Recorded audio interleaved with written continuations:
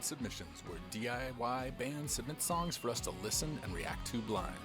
Every week, we'll bring a guest from the underground music, arts, or entertainment scene to help you sort through mountains of new music. We go in blind, so you don't have to. Blynd Submyshynz. Hey, everybody. Welcome back to today's episode of... What? Blynd Submyshynz. God, that was totally unplanned, and it was like we went into the studio pretty good. with a sweet-ass producer. That was. Laid down some trash. God damn, we're getting good at that intro. Laid down some hot, stinky garbage. Hi, Jeff. Hey, happy day, happy insert day here. How's it going? It's the day after July 4th. It is the morning. How was your 4th? Did you have a good 4th? Oh, we had a fantastic 4th. We just lit all kinds of fireworks off. Yeah. Started a couple local fires because that's what California needs. That's what California needs. Yeah. Maybe we could have some people who just think fireworks are fun. Burn the state down. Yeah, huh? Why not? PG&E does it. Yeah, PG&E does it. Why not us? Huh? They get away with it, you know. No, they just raise our rates. Yeah, exactly. Look, man, it's really expensive to clean brush from around all these power lines. It so is. We're going to have to charge you a little more. We're going to have to charge you a little more for that power. All right. So what do we got? Any pre-announcements? What kind of updates do we have? Conversations or updates before we introduce our... I don't know. Our guest? I don't know. I mean, there was like a whole list of things that I had.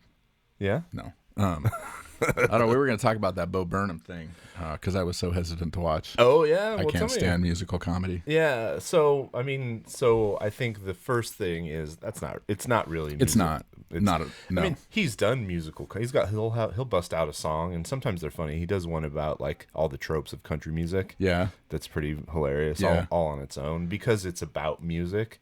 And so you can integrate so it's not just singing funny words. It's like you can make fun of the tropes while using them. Yeah, exactly. So there's I think to me it was what was brilliant about Tenacious D was like at the heart of it there's a reverence for music.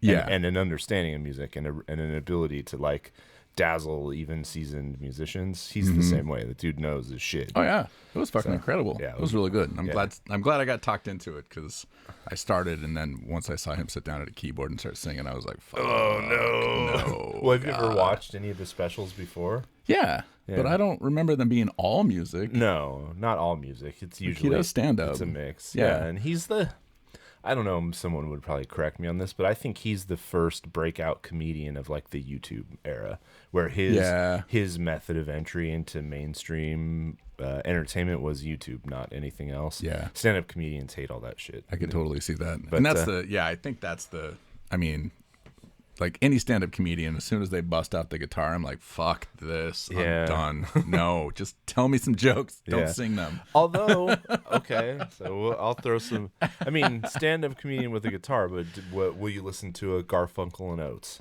Have you ever listened to them? I have. Some of it's good. It's so. See, they're sort of in between. Like they're talented and they understand music, but they're not brilliant musicians. And they just write short, clever songs that usually have like one central funny conceit, and then they just riff on it over and over. I know it's a thing I have to deal with.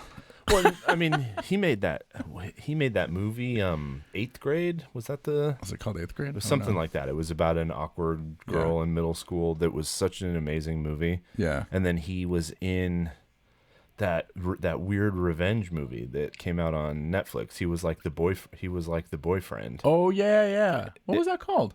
What it was called? Somebody just yelled it into their radio. Yeah, you know the one where about the girl who gets revenge on all the asshole guys that have ever victimized her or just been shitty to her. Yeah, and he's like I can't remember what it was called. But it was good. He's the main boyfriend. Yeah. Nice. Do we have any guests? We do. Yeah. Who are they? I'm excited. So we've got what really makes up Spotlights, the band, Mario and Sarah, who are a married couple. Our first married couple. Yes, indeed. Yeah, this is going to be awesome. So they're in Spotlights, a band that they've been around for probably 5 or 6 years, and have just like hit the touring circuit like crazy. They've toured with bands like the Deftones, Melvins, Pelican, Hum, Quicksand. I actually saw them in San Francisco with Quicksand and Glassjaw. Oh, you did? They, on that tour. They played that. They played that tour. All right. And it was great. And they just brought in like their first full-time drummer, I think for their last album. I think it was on Love and Decay. But I mean, they put out like 3 albums, an amazing EP that Jad from Blues Funeral put out as part of the Post-Wax series. That's Post-Wax series 1. We Are All Atomic. We Are All Atomic. It's only 4 songs, but it is so good. So let's play a little bit of that before we bring them in. Do the second. Part 2? Part 2. Okay, start. Yeah, let's do part 2 and then bring them in. A start at a part 2. So it is spotlights.bandcamp.com. And man, they've been on Post-Wax, Ipecac. They caught tons of people's attention. It's and it's all well deserved because so good. The music's great. So here we go, part 2 from the Post-Wax release. We Are All Atomic by Spotlights.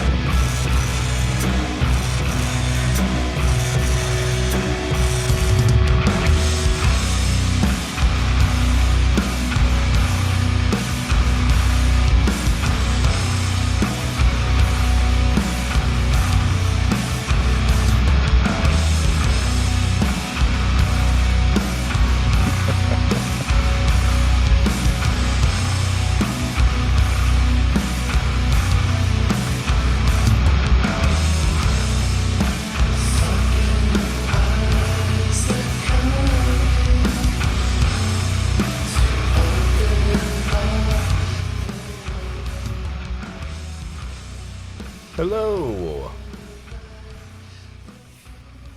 All right. Can we hear you?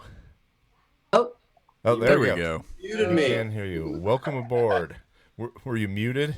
I was muted. Nice. It happens. Oh man, I don't know what you guys do outside of being in a band, but I assume either way it's involved being on Zoom a bunch over the last year or so. Definitely.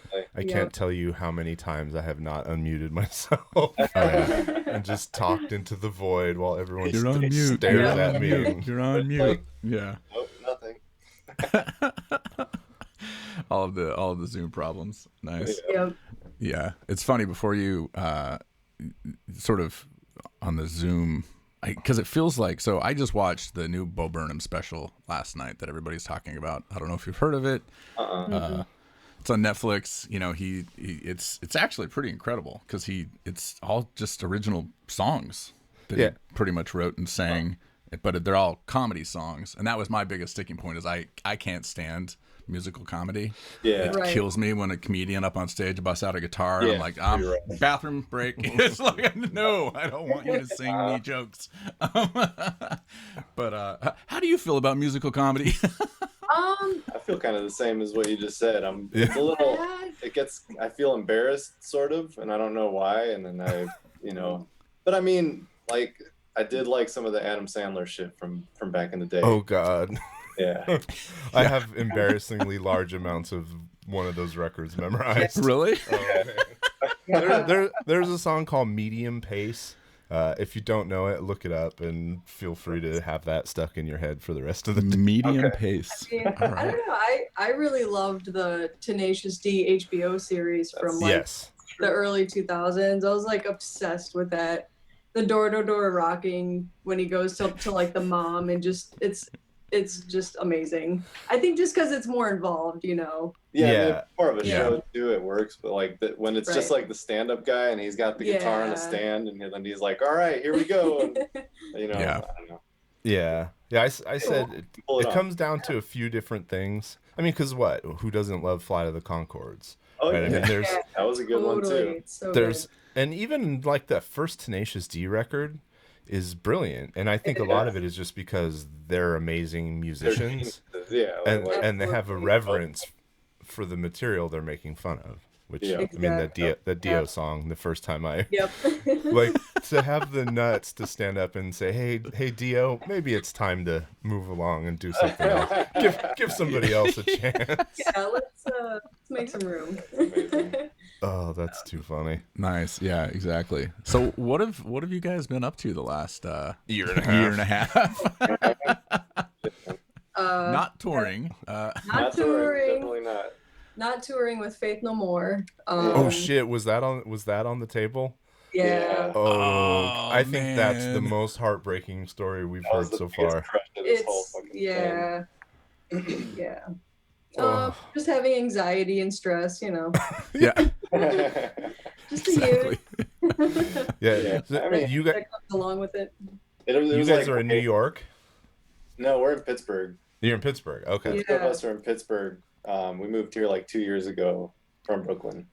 Yeah. But Chris, our drummer, still lives in Brooklyn. Yeah. Oh, nice. What brought you to Pittsburgh? Way less people, way less money, cost of living. Yeah. And way more space. There you go. And location too, like for touring wise, it's just really centralized, Yeah, that is a good spot. The coast, the south, like it's good to not be on a coast. So if you have to start on the other coast, it's such a trek to like get there, and it's like burns you out before you even start. So yeah, I get jealous of. I mean, the West Coast from a touring perspective is nice, but I get jealous when I see a band's East Coast tour plan covers the same mileage but has like three times as many stops. Yep. It's like, oh, okay. 800 miles, 20 shows. 20 shows. Exactly. I know, right? Yeah, but there are a ton of bands based out of Philly now too. We've had Heavy Temple on here, right? But I mean, obviously there are tons of bands. It seems like a good central spot where you don't have to be in the South, but you can get there to tour. Go to the cities that are good to tour in, and then get out. It makes a difference being just that little bit south of because Boston, let's say, is a whole other world. That's way further north, and it's way harder to get to like Chicago. Or if you're going anywhere else, it makes it so much longer.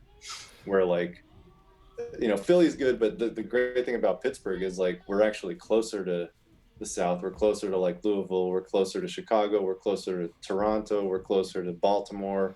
Cleveland, everything is kind of like it's cool. Sold. It's a beautiful city. Like we had never been here. I mean, barely been here before until we were touring through here a bunch of times. Yeah. And never had like a thought to live here until we just.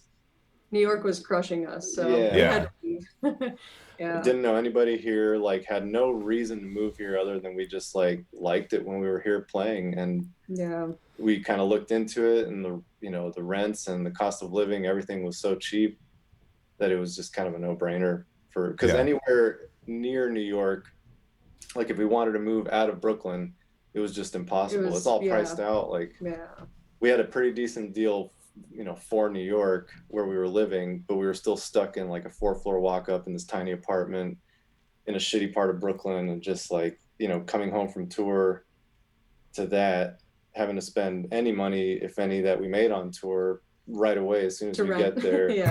Just for immediately and dirt start working 3 jobs, and it was just a lot. It's intense. So it was a good move. I'm gonna cut that whole clip right there, and I'm just gonna sell that to the Pittsburgh Chamber of Commerce Real Estate Association. I want a tax break or something from that, though. If they do use it. Here's a testimonial for you guys. Yeah, I don't know. We didn't really know much about it. We just went there. We really liked it.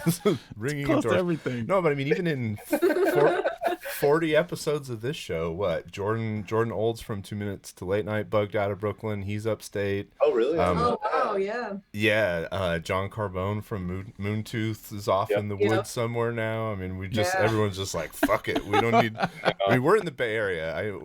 We feel similar. Nice. We feel similar pain. Artists start getting priced out. It sucks. Yeah, for you guys there, it's insane. That's like another level of. It is nuts here, and watching the artist exodus has been really painful. And it's like I remember studying like migratory patterns of human beings in whatever, in history and sociology and anthropology. And like you could draw a map of artists in the United States over like the last 40 years, like the migration paths of cities that were vibrant art cities. Like there was a San Francisco to Oakland, and then Oakland to Portland and Seattle, and then Portland and Seattle now east to Boise, and even into Montana. We're seeing this whole, because artists just don't make enough money to live in the big populated cities. I mean, I guess that's one good thing about like the technology these days, that it does lend itself to living wherever you want. You don't have to be in those hubs anymore. Right. Even a band like Chris is in New York still, and we don't. It's been super easy for us to like get together, rehearse for tours, record, do whatever we need to do. Right. Just because we can share files and do all that stuff. Yeah, exactly. How far is Pittsburgh from New York? Would that be a drive or a fly? 6.5 hours. Oh. Yeah. 6 hours on Google Maps, so it's usually about 7. Yeah. 7. Yeah. Or it depends on New York traffic. It could be 10. Who knows? Like forever. Yeah. That's awesome. It's like us driving to LA. Could be 5. Could be 5. Could be 12. Could be 8. Could be 12. Exactly. You just never know. Yeah, we used to live in San Diego before. Yeah, I was gonna say you're both originally from San Diego, right? Well, not originally, but we lived there. We met in San Diego. Yeah. But I was gonna say, like, that drive from San Diego to LA should be 2 hours, and I've spent 5 hours in fucking never. So bumper traffic. It's going through Orange County. No, that's what kills you. Yep. We played a festival. We played a couple festivals at South by Southwest a couple years ago, and toured all the way back to Northern California through Arizona, whatever. Drove 1 million miles. The most stressful 2.5 hours of driving was from fucking North County, San Diego to LA. Yeah. Like it should have been easy. It should have been easy. It should have been a 90-minute drive, and it was like the most maddening 3 hours of my life. Once you hit like San Capistrano or whatever the fuck it is, like it locks up and just stays like that all the way till LA. Yeah, it's a nightmare, and I got pulled over, and I mean everything. I got pulled over in Texas. Everything happened. This is a good game. How many times have you been pulled over in Texas, and what for? Never. Never? Oh. No, because they have a little blonde girl driving, so they're like, it's okay. It's all right. I've driven through Texas a good amount, and neither of us have been. Well, because there's always like 1 million giant white trucks going way faster than us, like so we're pretty safe. 105 miles an hour. Yeah, I mean, insane. We were in a very conspicuous black van, probably with smoke pouring out of the windows. Yeah. And then when they got next to us, that'll do they see Troy in the passenger seat, and it's like, you're getting pulled over. Yeah. No, and warning to bands, the thing that they love to pull you over for in Texas is they have these weird rules about driving in the left lane and the right lane on these giant 2-lane highways. A lot of states do that, yeah. I was in the right lane, and there was a cop who had pulled someone over, and you're supposed to immediately slow down at least 20 miles an hour and then get into the left lane. And I didn't quite slow down enough or change lanes fast enough, and that was all it took. Or at all. No, I did, but it just wasn't quick enough. So but we gave him stickers and a record, and then he didn't give us a ticket, so it worked out. That's good. Yeah. It ended up being a decent experience. So do you have any, we're starting to see announcements kind of left and right. As local Bay Area promoters, we just locked in our first date for the first show that we're putting on in a year and a half in September. So you guys have anything planned or announced yet that you can talk about? Not that we can announce, but there are a couple things like in December and January that are going to come up. Nothing massive. We're kind of like easing back into it. Just doing some short runs, kind of regional stuff. Yeah, I feel like that's happening a lot. Everyone's kind of like, I don't, let's just kind of dip our, let's try not to plan anything massive. Because who knows, man? It's still a little too up in the air. Yeah. Like, it could all just go to shit after this weekend for all we know. Yeah, seriously. This is kind of a big test. This is going to be the big test. Yeah. How it goes, because everybody's letting it all hang out right now. Yeah. Today and tomorrow, it's gonna. But we do have a St. Vitus stream coming up. Yeah, we saw that. Are you doing that like you're going to go and stream from the club? No, so it's like pre-recorded. It's already done. Okay. Yeah. Gotcha. They're just gonna broadcast it. Yeah, exactly. Yeah, it was cool, man. It was fun. It's always weird to play to nobody and still it's strange, and still enjoy it. But I think we hadn't played loud in so long that it felt good. I still had enough energy to really like feel like we were playing a show. Nice. Oh, I mean, there are days at band practice where I know we have given our best performance of our lives to the mirror that we face in the practice room, which is a mirror in your practice space. So make sure you look good. Well, so we didn't choose it, but no, the whole wall that we're set up and facing, like 25 feet wide, is a giant mirror that covers it. Wow. You guys totally practice your moves, don't you? Oh fuck yeah, we do. Yeah. No, I catch like, Carl. Can we do that part again, man? I don't know if I got the hair flip just right on that one. I catch Carl checking himself in the mirror more than is reasonable for sure. I like to pretend like it's not there. I hate looking at myself. But there's a lot of quick adjustments going on. Everybody's like this all day long. Just, all right, let's go again. Pretty much. Exactly. Well, actually, no. Touring is you hit a dud show where, you know, there's only a handful of people there, and that's when I like try out high kicks and weird shit. And I'm like, if I fall, it doesn't matter. There's like 5 people here, and it'll be really fun. It is true though. The lack of pressure and the freedom to experiment on nights where it's just like, well, I'm in, you know, whatever town in Texas, and there are 4 people here. Like, fuck it. And they're stoked. Yeah, as long as you have fun and you're. Yeah, it's better to do that than be like bummed out and be like, man, completely. For the 4 people that are like dying to see you. Seriously, exactly. I mean, and I think about it. You know, I've gone to see a bunch of little bands in situations like that it never came to anything. But you know, if in your imagination, I mean, you already had a chance to tour with Faith No More. I have to imagine something like that might happen again. You know, you might be somebody's memory. Remember when we were in whatever town and there were fucking 4 of us there? I saw them in a video. And I got to 4 see of us in the audience. Yeah, you never know. Stories for years. Yeah. Yep. And if you just always treat the crowd like that, whoever they are, however many of them there are, I think it's good. It's good karma if such a thing exists. A good story of something similar to that, but like the opposite end is the friends in the band Shiner. You know those guys? Yeah. We don't know them personally. We were playing. Where was that in? Not Vegas. Life and Times, you mean? What's the other gambling? Reno.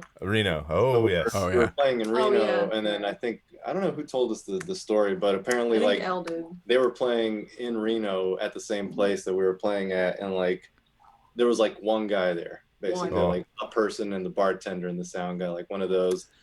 And they were just like, look, we're not going to play. This is ridiculous. Why don't you come in the van with us? We'll smoke a joint. We'll play you our new record that nobody's heard. Oh, that's badass. They took the one guy to the van and rocked out the record. And so that's like, amazing. They were like, why should we load our gear and go through the motions? You know, let's guess the Reno venue. Was it Jub Jub's Thirst Parlor? Yep. In the front room though, not the big room in the back. The weird little stage, like. Yeah, just like it's a fun like show for us there. I mean, it was nobody there too. It was, but still, it was it was fun. How long ago was this? That was like on our last headline run in 2018. 19. Yeah, I mean that's one of those setups where it's definitely designed for a cover band because it's like the bar is central and then there's like the stage kind of off in the corner. It's like, go play your music over there. Like the big boys will be over here doing our normal business. Yeah, totally. Yeah. Yeah, we got lucky. We have a bunch of friends in Reno, so when we toured through there with Salem's Bend, a bunch of people showed up. On a week, it was the last night of tour actually. Weeknight on a weeknight at Jub Jub's. I was not expecting anything. Yeah, like, all right, I'll take it. Nice, yeah. And you guys have been on some great tours with some incredible, some of my favorite bands. Yeah, we've been super fortunate. Yeah, I think it was 2019 when you were on the Quicksand Glassjaw tour? I think so. That might have been 2018. Maybe it was 2018. I like losing that year is hard now. Ruined it all bleeds my whole together. sense of time. Yeah. 2018 2018. Yeah, that was a fun one. Yeah, I bet I caught you up in San Francisco. Oh, nice. I mean, awesome. that show is just incredible. It was so good. I mean, Yeah. Quicksand's one of my favorite bands of all time. The Great American. Yeah. Yep. That venue's so awesome. Oh, I love playing there. Yeah. So I missed that one. I was out of town. I remember you. Who did you recruit? Oh, Mark from Locaster. From Locaster. Yeah, that's and right. Mustard Gas and Roses. Yes. Mustard Gas and Roses. Oh, Yeah. Yeah. I think that's what it's called. Yes, one of those many ISIS offshoot bands that exist.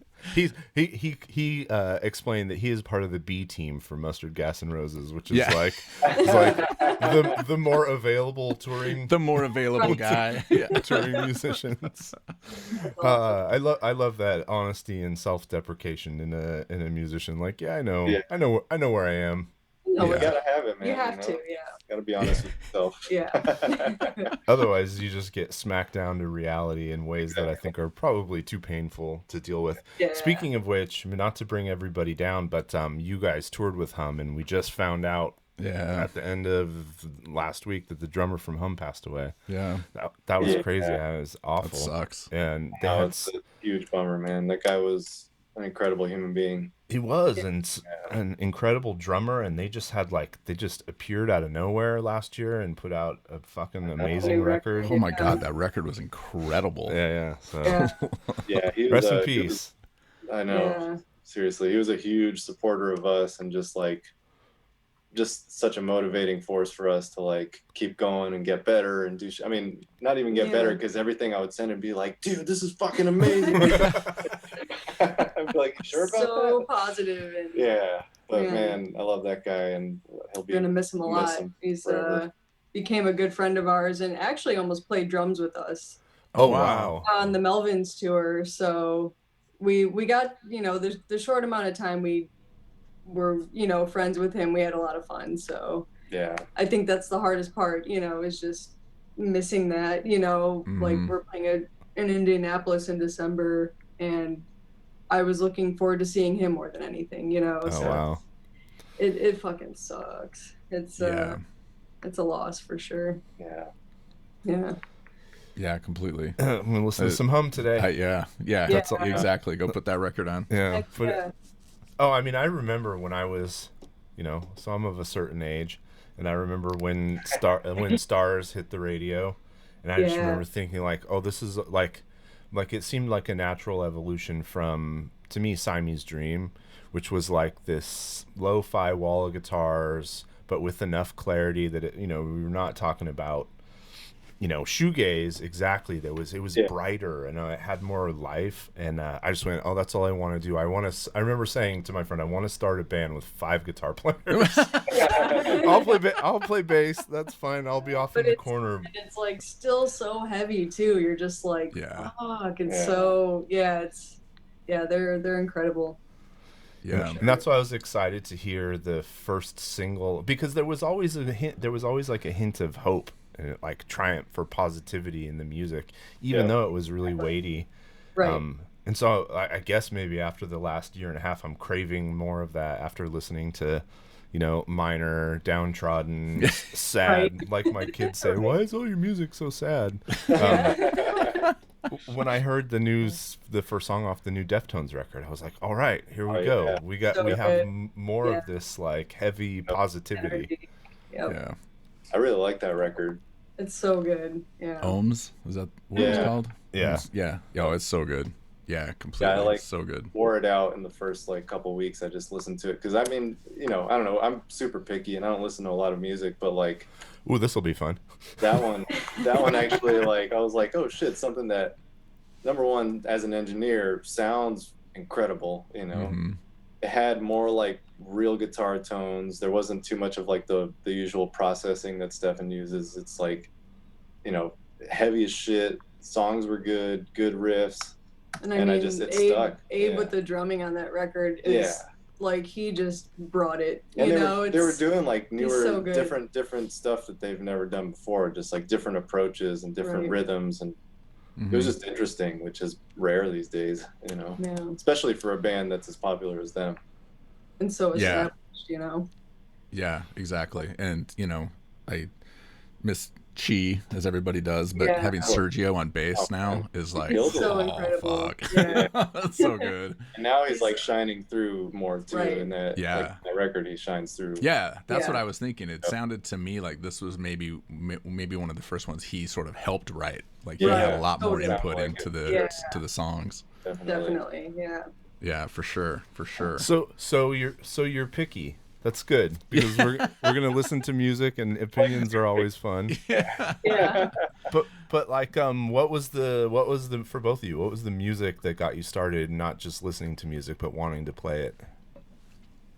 Oh, you mean like growing up? Yeah. When did you get started, and who was it that lit the spark?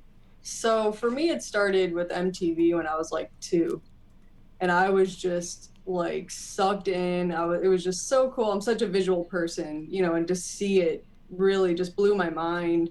I really liked punk rock and metal, and I always leaned a little heavier into the metal side. And then I discovered the Melvins when I was 14, maybe, and they were both, but better. And it just like exploded my mind. And that's when I really wanted to like play instruments, you know, like getting busted air guitaring and just, you know, because like, yeah, my dad would always come in and I'd be like air guitaring, and then he finally bought me a guitar. But it's like they were really the band that just met all the criteria, just good music, all the like creepy horror kind of stuff, and I was like, oh my god, like did this come out of my head, you know? Like, it was just it blew me away. Yeah. Your turn. Like if I dig way back, Bonnie Tyler. It probably what got me like into listening to music. I mean, I had 2 older sisters, so I was kind of at the mercy of whatever they were listening to. Yeah. But it was a good thing, you know. I was introduced to a lot of stuff. I think it probably started with like Michael Jackson to get into music, shit where I was like, okay, I want to hear that over and over and over again. Like, you know, my sister gave me the record to put it on in my own room when I was like 6 years old or something like that. That was Thriller, and then Purple Rain is probably another one right after that, or around the same time. But then like for playing guitar, what got me like into it was when I was probably around like 9 or 10, just watching MTV as well, same thing. And like for some reason, like the hair metal videos, like the glam shit, just made me want to play guitar. Of course, like, I didn't know what they were doing, how they were doing it, like, but I wanted to figure it out. You know? No. Doing cool knee slides and shit. And like, no, there's no shame in that. I remember like Motley Crue, Guns N' Roses, all the shit that was on MTV like in 1985, basically. Yeah. Yep. I was 14 and I said, Mom, I really want to play bass. Rush was my favorite band. Yeah. And all I ever wanted to play was bass. Nice. And she's like, what do I get you? And I remember turning MTV on, and I forget what video was on, but it was some hair metal video, and there was a guy with the black pointy, you know, whatever, Charvel or Jackson or PC Rich or something, and I was like, I want one of those. and then she bought me the starter package with this hot garbage. She's like, how about we start here instead? It was like a 3/4 scale. I mean, I was already 6'1". I know. And I'm just like, I don't know if this seems short. I don't know if this is right, but whatever. Wow, that's amazing. I'd say like once I started kind of getting an interest in that, and I actually played guitar and started like, you know, I rented a guitar basically. The Cure is probably the band that most like did it for me, like learning those songs and like getting into music playing wise. And also for me, I think a big turning point was I grew up in Chicago, and my mom and her husband at the time were best friends with the bar manager at the Metro. So I started going to shows really young, and when I was 12, of course it had to be all ages, I saw Elastica. Oh, really? Okay. I was obsessed with their song on MTV. And just to see women up there, like badass, like just crushing it, like really put the nail in, you know. It was just like I was like, I can actually do this. You know, just it was awesome. Yeah, Elastica was rad. Yeah, there was a real moment in the 90s where it was like the novelty of women playing rock music was sort of over, and it was just like, here's awesome bands. Here's like having like I think Shirley Manson probably is, when we step back and put a lens on the 90s, gonna show up to be a really big influence on lots of people who got into music later. She has an awesome podcast, by the way. Oh, really? Yeah. It's really short. She talks about songs. I don't even know if she's doing it anymore, but honestly, I would listen to it just because I love her accent. And she could just read a manual to me or whatever. I don't really care. But I have to bring up, because I think I read when I was doing my homework, I think I read in an article, and we've talked about this on the podcast. So there's a band that's come up before after we had talked to Moontooth. Because you know Moontooth? Yeah. So their first album, John's vocals were a little bit crazier. They're less bluesy and more experimental. Right. There was songs that stood out to me that I was like, oh my God, he sounds just like Craig Wedren from Shudder to Think. Oh, really? And you had mentioned, I think, Shudder to Think is sort of like an influence, and it's one of those bands that we talked about before. Is like people love them or they hate them, and it's all because of Craig. Like they either can't stand his singing or they think it's great. Totally. True, yeah. But so it was awesome to see that, because obviously it's nice to meet somebody that appreciates Shudder to Think. Well, during quarantine, we actually covered Red House by Shudder. Oh, really? You guys will have to oh my check God! It out. I would love to hear that. That would be so incredible. Yeah, where is it? Where can you find that? It's on Bandcamp. It's on Bandcamp. Oh, is it on Bandcamp? Yeah, right around when everything first shut down, we just fucking put out like 6 covers. Basically, every week we were putting out a cover. Yeah. Just to like do something, but not like write a record where it gets so involved. And, we just wanted to do, something fun, but not so like, stressful. Too involved. Yeah. So are you all set up to record at your house, since you have an engineer in that? We moved from that place during quarantine. We moved not too far from where we were, but like bought a house, and now we're in this little studio setup that we have. So it's like our practice space / recording room. Oh, that's awesome. Yeah, it's small, it's quaint, but it's like, it's awesome, man. Yeah. Just to be able to like walk downstairs and everything is mic'd up, everything's ready to go. Yeah. That's awesome. Yeah. And what do you do for drums when Chris isn't around? So I usually do it depends. So if we're writing a record that Chris is going to play on and he'll be able to play on it, then I'll just program some ideas into the demos or whatever it's going to be, just to have stuff down in there, send it to him.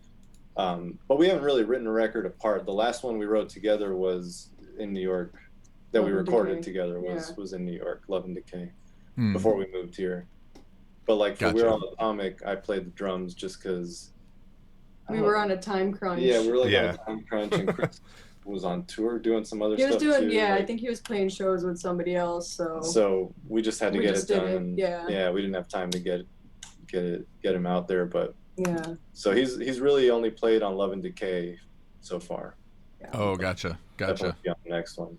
Right. Nice. How did We Are All Atomic come up? Like, did Jad reach out to you guys? How did that all happen? That you were on that first Post Wax? Yeah. He ended up reaching out. I don't remember exactly when or how, but I think when he was getting the idea for Post Wax, he sort of told us about it. Yeah. And then when he was actually getting it together, hit us up again and was like, "Hey, do you want to do something for this?" He, once he got all the logistics and what he was actually going to do. Yeah, it sounded cool just because I love the idea of the exclusive vinyl thing, and and then he was just like, it can be whatever you want. It can be an EP, it can be a full length, it can be a 120-minute song. I was like, sweet. We were cool. And it was it just clicked because we had a bunch of old ideas that we hadn't done anything with, those kind of, I don't know, stuff that just hadn't come to fruition. Or doesn't fit, It was the perfect moment to just take that stuff and not that we're ever worried about what we're doing musically,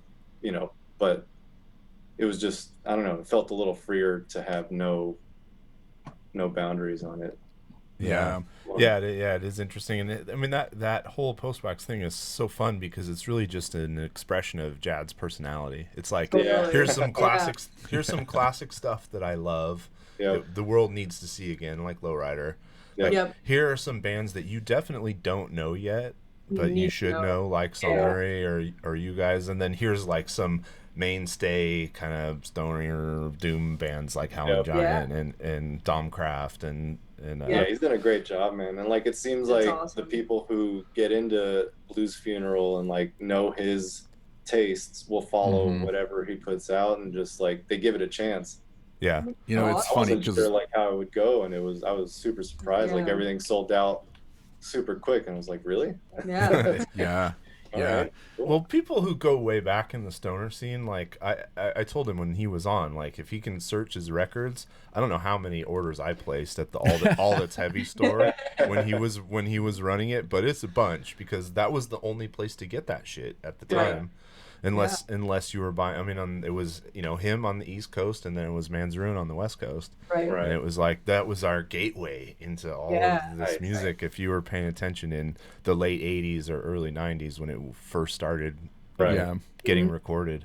Well, it is kind of, I think I'm definitely one of those people where, like, my tastes completely align with his. Oh, yeah. I mean, if you didn't know better, you would totally think that, you know, Blues Funeral or just Jad or Myrrh would sponsor this podcast with the number of like Magnetic Eye bands we've had on, and Jad himself. We're like, God damn it, no, we just like all of the bands you. Well, between Prophecy and Magnetic Eye and Blues Funeral, there's a really diverse set of. I mean, there's something across those three labels that are. All have a little bit of his stamp on it that are maybe a little bit less on Prophecy because they do a lot of that avant-garde, I don't really not even metal, some like just avant-garde music in Europe, but that doesn't really have his stamp. But he's doing good work, that's for sure. Yeah, completely, absolutely.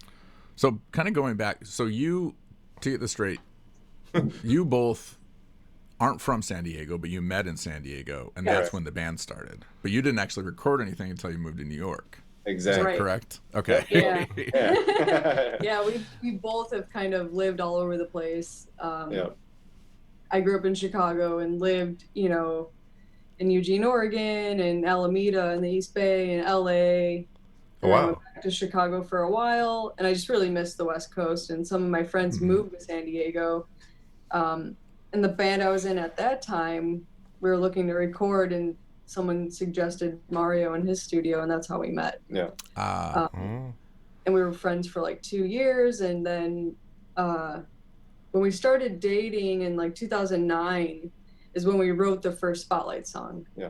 We got together in the studio and got really high, and we're just like, let's just see what happens. What's going to come out of us, you know? Because, you know, we worked in other settings, but not just like one-on-one. Yeah. And it was awesome. It was just really cool. And it's actually on Bandcamp. It's 050809. Yeah. Oh, okay. Right. Yeah. That's our first song ever. And then I mean, we wrote, recorded it, and like finished it in like basically 4 hours. 4 hours, yeah. Do you have any memory of any of that, or do you good? Yeah, like you weren't that kind of went away real quick. I was just like, I was like, all right, play something. And she was like, okay, and went out there and just like played this, like the main little riff in the song, and it just took off. I was like, okay, hold on, let me go play some drums. And then he'd go play, and then I'd be like, okay, wait, now this. I want to add something else. And I'd be like, pick up the guitar, do something else, and then we were done.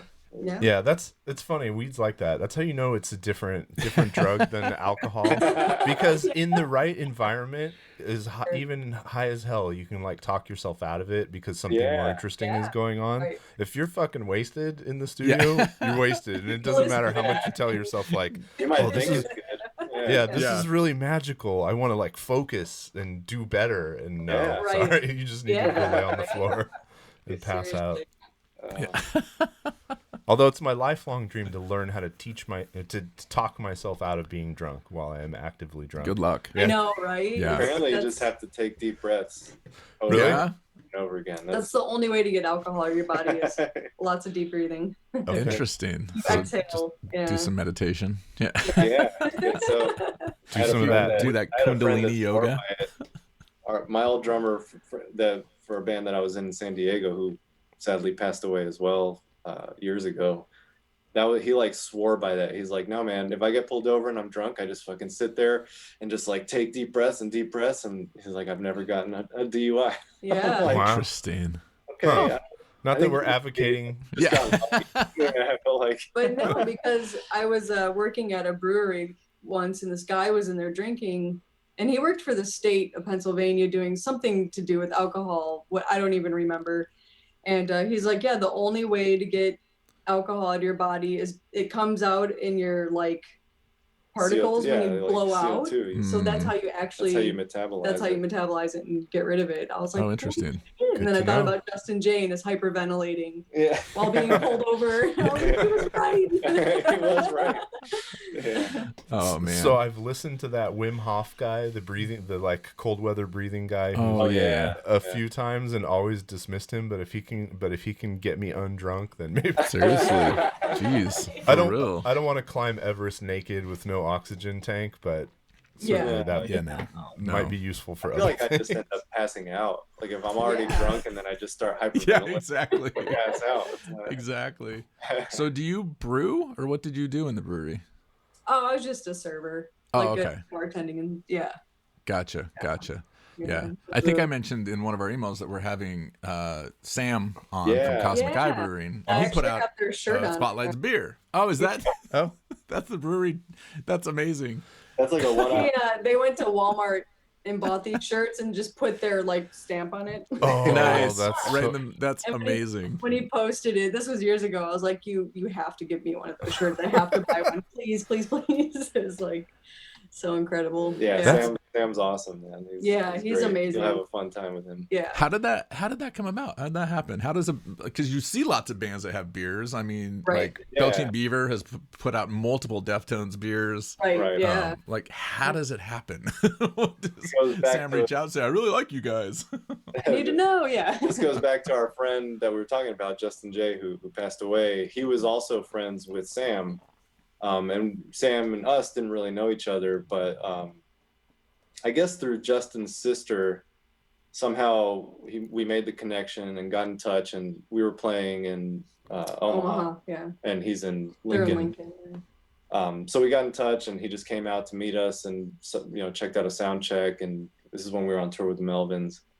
And we just had a beer together and like hit it off, and this is before the brewery opened, but it was like almost there. He was talking about it and getting it together. And I don't even know if we talked about doing a beer then, but we just kept in touch, and it was something that kind of came together. And then Love and Decay came out, and the last song on there was dedicated to Justin J, our friend. And he was just like, dude, that's it. The name of the song is called The Beauty of Forgetting. And, he read the lyrics and was just like, man, we have to do this, dedicate a beer to Justin.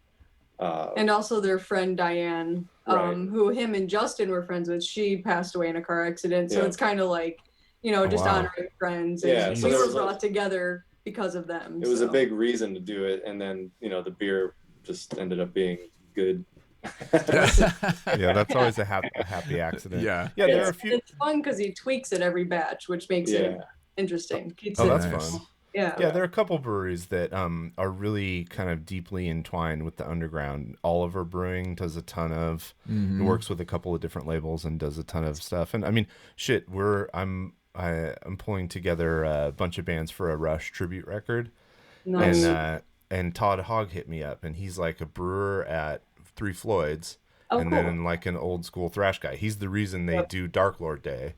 And have High on Fire, or whoever who did Armand go there with from Sick of It All? He told us the guy from Municipal Waste. Yeah, Municipal Waste. Like the guy's a metalhead, and he just like And if you look at their packaging and their labels and stuff, it was the first brewery that caught my eye years ago that was like fusing metal art sensibilities and beer. I'm super surprised that it didn't happen sooner, because it goes so hand in hand. You know what I mean? Like it's Yeah, I don't know, but I'm glad it's happening, you know, because it's like we can all support each other, and it's super fun. Yep. Completely. Yeah. When you go into the brewery at a brewery, the probability of metal playing over a loudspeaker back in the brewery is very high compared to other jobs. Well, and you like Alameda.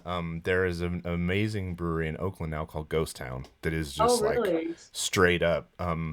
So they make a beer called Lecherous Gaze that's for, you know, it's one of their standards for Lecherous Haze, and, you know, all the like crusty Oakland bands I think have beers or ties to Ghost Town, and all of the artwork and the branding is metal. Skinner did a giant mural in the patio at their new tap room. There's this like giant demon lord with a huge sword or axe or something. It's killer. If we ever have time, it's like that's kind of stuff we want to go to, but you know, it's like it's hard when you're on a tight schedule. But it's so hard. Yeah.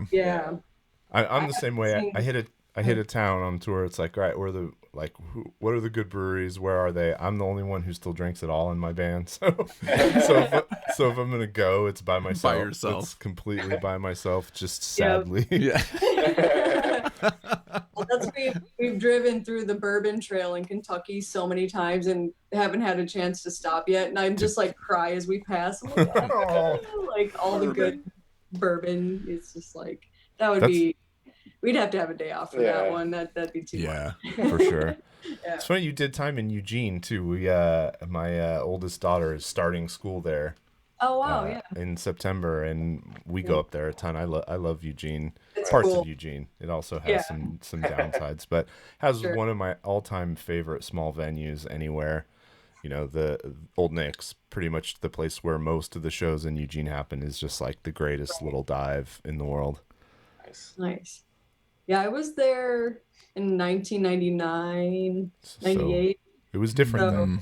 Yeah, it was different, and I was only 18, so I couldn't do a lot, which was kind of a bummer everywhere. I lived on the West Coast at that point because I just couldn't get into shows, and living in Chicago, like I missed so many shows because I just couldn't get in, you know. I wasn't old enough. That was hard. Especially with like good bands like Jesus Lizard playing tiny clubs and fuck, or all the ISIS shows I missed, or bummer. Yeah, that's always the worst. Yeah, now you're making me feel sad. For some reason, the ISIS show, the Caleb Schofield benefit show in LA came up the other day, and I'm still kicking myself for not figuring out how to make it down there. We went. Yeah, we went. Of course. We couldn't make the Boston one, which would have been better for us because we were in New York. Right, it would be easier. I think we were touring or coming home, and when they announced LA, I was like, "We're fucking going." Yeah, okay. I just bought tickets. I was like, "We'll deal with the repercussions later." Yeah, totally. Like he is, you know, one of my favorite bass players, and Old Man Gloom is just like hands down one of my favorite bands. And I was just like, we have to be there, or I will. Well, I never got to see ISIS play too. Yeah, and Mario had never seen ISIS, so. Oh wow! It was awesome. Yeah. Oh nice. Yeah, it was worth it.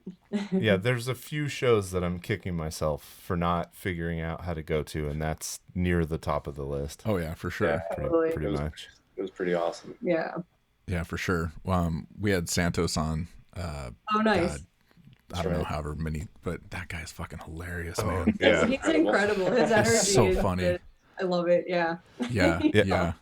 I don't know if you're podcast listeners at all, but if you are going to take the time to listen to one episode, I'd listen to that one. I checked out clips of it. I was fucking cracking up the whole time. Oh, nice. Yeah.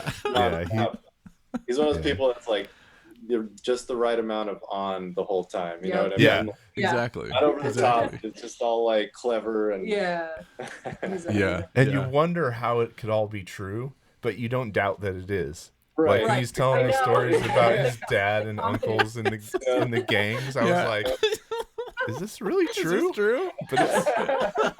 But he's like, I don't know. Is it? Could be. He knew too many details. Like way too many details. Yeah. It's incredible. Yeah, exactly.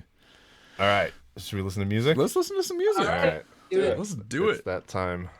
So, just a little background. So these are bands we've never heard before. Okay. We haven't listened to the music, haven't listened to the songs, don't know the bands. Sometimes bands that we do know actually send us music, and we're like, sorry. I was gonna say, how do you find Yeah. it? Like, we post on. We just put the word out. Put the word out. People submit music, and then we're on lists. And then we got on PR lists, stuff like that. But we always prefer the music that comes directly from the bands. Okay, I was gonna say, because I have a pile of CDs that people leave on our windshield on the van windshield while we're on tour to listen to. I'm gonna send those to you. Oh, dude, please, that would be amazing. Oh, that. I still have like 5 or 6. Yeah, we have to have some good ones. Yeah. Some of them are pretty good. Yeah, man. we were we listened to every single one. Some nice. So you guys will be episode 41. I think I did the math, and we've listened to something like 210 songs from bands that we'd never heard of before since September of last year. We found some incredible bands. Yeah. Like I bought a lot of records. It's bankrupting. It's bankrupting both of us. That's amazing. Yeah. Let's start a podcast. We need to sink some more money into something. Yeah, right? All right, so you guys have a screen you can look at. I'm actually going to share my screen so that you can see. Love flipping through the Bandcamp pages and seeing how bands present themselves to the world, because that's a lot of it. You know, it's like what are you showing us about who you are? All right, so let me share. And all right, so who's first? Athon? Here we go. Or Athon? Athon. I don't know how you'd pronounce it. Athon? It's like marathon, but without. Oh, there you go. Marathon. Smart guy over there. We're like, no, it's not. It's Athon. Yeah. Oh, dude. An ancient priest from the fucking whatever. It is really funny though, but sometimes the bands will either ping us on social media or email afterwards and be like, no, you got that all wrong. Here, this is what it is. Here's what we were playing. No, we do not drop tune. Like, no, they're always nice. No, they are nice. No, they're not. They're totally nice. I like the dogs in the middle. That's incredible. Yeah. Oh, those are dogs? Are they all dogs? Oh, nice. Oh, yeah, it's like somebody's dog. It's like that's funny. Rottweiler face. See, I assumed it was like, this looks like... That looks like the Firestone Walker bear. Oh, no, that's a monkey. It looks like they found... Is that Santos over there? Yeah. It looks like they found the whole artwork, and then they were like, we need to change this, so they added the dog faces in the middle. Yeah, completely. Like the only part that... It's amazing. Yeah, it is really cool. I like it. Yeah, we're looking at the cover. If you're listening to this, hop on their Bandcamp page. It's ATHON Sludge. So now I guess we know. We know what we're to expect. All right, they're from Italy. We get tons of submissions from Europe because there are lots of bands in Europe. I always like taking a look at the band pictures. Yeah, they look like a sludge band. I don't even. I love the guy with his hand on his hip. He's just like. Yeah, he's like my 13-year-old daughter strikes a pose like that. That is a very like JCPenney pose. I love it. That's it's the new grunge look from JCPenney. Hey, you'll love the way you look. So usually we can play which instrument do they play, but I don't think I could even hazard a guess with this band. I'm gonna go. I know what it is. All right, let's hear it. Go ahead. I think the guy with his hand on his hip is the bass player because he's so fed up. Cares about him. That's a high five right there. He's just over it, I feel that. With his arms crossed is definitely the singer. The singer, yeah. Drummer the guy with next the to hoodie is the drummer, and the far left is lead guitar. Yeah. Drummer. Wait, what's that pose for a while? Yeah. What's your name again? Mario. You stand in the back, okay? Yeah. I would go exactly the same. Only I might flip the guitar player and the drummer because I could see that the lankier dude could be a drummer. Like I was thinking the guy on the far left is probably takes his shirt off during the set. You know? He has wiry drummer energy. Yeah. I won't. He exudes wiry drummer energy. I was up. Can we zoom in enough? What are their t-shirts? What band shirts are they wearing? Who knows? His shirt says Drum Hero. This looks like a Sex Pistols shirt. Oh yeah, but he's playing. It looks like God Save the Queen. I love it. I think that's what that is. He's like, man, they're making fun of me. I don't care anymore. Yeah.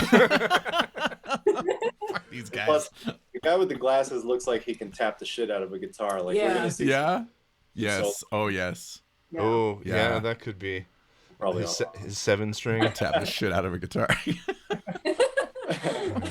All right. Should we listen to their music? I think we got the gist. Let's listen to a song and then judge them more. No. All right. So what song do they want us to listen to? Dogma? Okay. So this is song 2 on the record called Dogma. This was released in September 2020, which always makes me wonder, is it a quarantine recording? We've gotten a ton of those people who just ditched the studio and hacked together what they could, in home setups or... all right, so here we go. This is Dogma from Athon, and we'll put it on and listen for a little bit, and then I'll look for a reasonable point to stop it and sort of see what we think.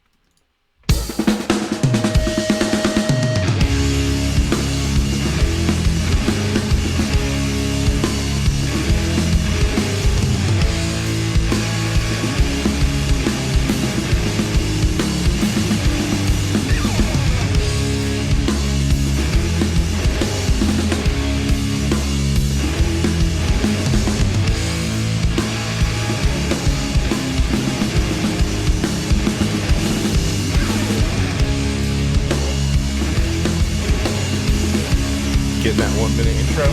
Nope. Yeah.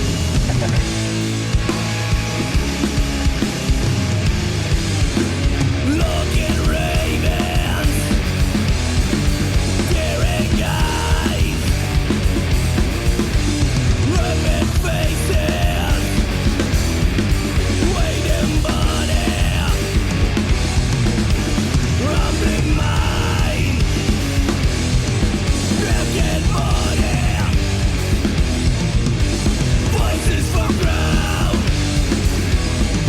run to the void. With these bones, wandering flames. All right, that's one full cycle. Okay. I dig it. Yeah. It sounds like they're from Pittsburgh. Yeah. There's kind of that vibe here. And I can see that. Yeah. It's Pittsburgh, Italy. This is a new. I have not. I have not been. The working class. I mean, there have to be. They call it Piddly for short. There has to be some like Rust Belt style Midwestern towns or East Coast towns somewhere in Italy. I've been to Italy a couple times and never been anywhere that wasn't like glamorous and spectacular. You haven't been to the Rust Belt? That's where they make Fiats. I mean, yeah. Milan are pretty like Rust Belty, pretty working class. Yeah. If you don't go to like the city centers, Italy's pretty in class. Yeah. Verona's maybe the closest I got to just like a regular town in Italy, and it still has an ancient Colosseum crumbling in the center of it. So. And then there's on the side of the mountain on the ocean. Yeah. I think they've definitely nailed that grimy sludge. I thought it was sound. Like sludge. I was like, this is a little peppy. He's drummer's shuff. The little guitar slides kept throwing me off. That was my one negative comment, because they were like too fast.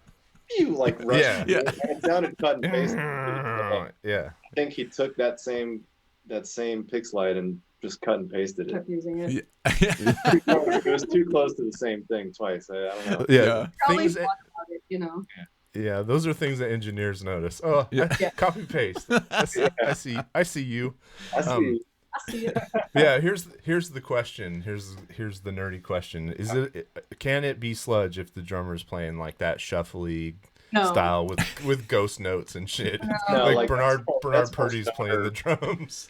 To me, it sounded more stoner rock, more like psychedelic, Yeah. Usually that swingy triplet thing is more of like a stoner rock feel. Yeah, it's a staple of the genre. Yeah, it's definitely stoner. Maybe move to Chicago after Italy. When the singer first came in, I was kind of like, I don't know about but this. then the second voice came in with the harmonies, and all of a sudden it sounded like Big Business. It sounded like the kind of Big Business yelling harmonies. Yeah. Whereas Cody's in the background, like yelling into his mic from this far away. Actually, no, it's like right in front of him. He's got his Britney Spears mic on at all times. I think that again, like engineer comments, is that it just came in too loud. The vocal was a little too loud. Yeah. Well, it settled in, you know. I always like to give bands a lot of slack because we're piping this through the compression of Zoom and into your ears. But the vocals were loud. Yeah, the vocals were loud. I'll be curious to hear the original and see how they compare. But yeah, they were loud and they were really dry. Yeah, I dug the like off, you know, the odd time signature stuff they were doing. You know, always got to get some points for adding that extra beat or taking it away. Yeah. Throw it forward a bit. Let's listen to some more. Yeah, you want me to hit the middle? Is there a guitar? Does this song have a guitar solo? No. Oh, I don't know. Those. I'm still holding hope for that guy doing some tapping at some point. I think there's maybe not tapping. He'll probably just do a little wheedly, but a little wheedly. And really, can you ever have too many wheedly deedlies in your life? I say no. Yes, you can. I mean, we were like 30 seconds in, and he already had 2 pick slides, so I'm guessing there has to be a guitar solo. There's got to be.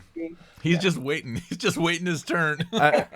It's not a real pick slide until you do the double followed with the hand. Yeah. You know, the pick and then the hand on the rebound. All right, so let's hear a little more of this. You want me to just like scoot into the middle? Yeah, scoot in the middle. All right. Let's see. We don't want this to become a mare-a-thon. What was that from? Me. Oh.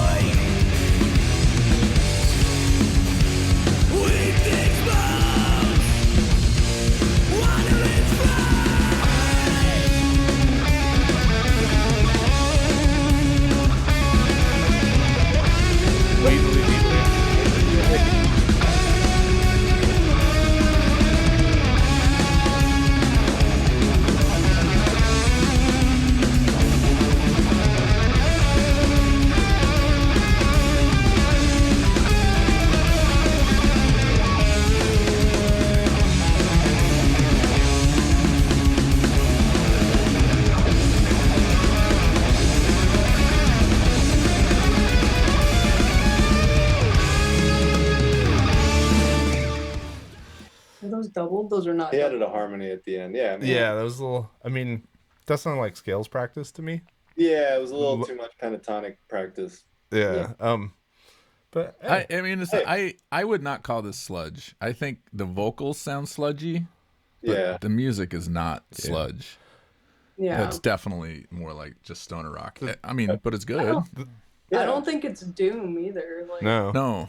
They do have a common. Well, I think they have a common passion for sludge, stoner, and doom. So there we go. Okay. Yeah. Maybe we just picked the stoner song. Yeah. I think we picked the stoner song. I am disappointed though. If you're gonna break out that drum beat for a guitar solo, I really just want to hear the bell of the ride, and it wasn't there at all. It's like, come on, you're just like calling for it, and it's not there. I like that beat. The beat's great. I thought that was cool. And the drummer. You always want to hear the bell. But syncopation. Yeah, completely. All right, Mare-a-thon. Okay. All right, we gave you a lot of time. Yeah. That was good stuff. Next time you tour Italy, now you have another band to hit up. Yeah. I'll play a show with those dudes. Yeah, we've definitely, that's happened a lot. We have people are listening and like, that's good. All right, note to self. Note to self. When I'm touring Australia, hook up with Dead or Mouth Breather or whatever. All right, who's next? Uncle Woe. Uncle Woe. What we had? All right. What was Joey Lawrence's character's name on Blossom? Yeah. He's Uncle Woe. Uncle Woe. Wasn't he the uncle? Oh shit! I'm sorry. Oh boy, that was unforgivable. All right, so is this like a single? It must be a single, yeah. Yeah. All right, hailing from the oft frozen hills of rural Canada. Uncle Woe is a phantom limb, shown here wielding some bludgeoning tool against mostly true tales of bittersweet sorrow, revenge, and regret. Ooh. Okay. All right.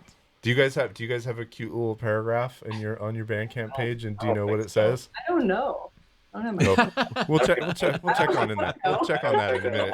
It probably has like some outdated information that's probably like really wrong. Is that? Do you guys maintain that yourself? Or We do all our stuff, but I sometimes it doesn't. It just has your names and what you play. Oh, okay. Yeah. There you go. Oh. Yeah, always a safe choice. Yeah, you get too flowery up there, you can have regrets later in life. Well, this is kind of a cool album cover. Yeah. It's kind of Bronca-esque.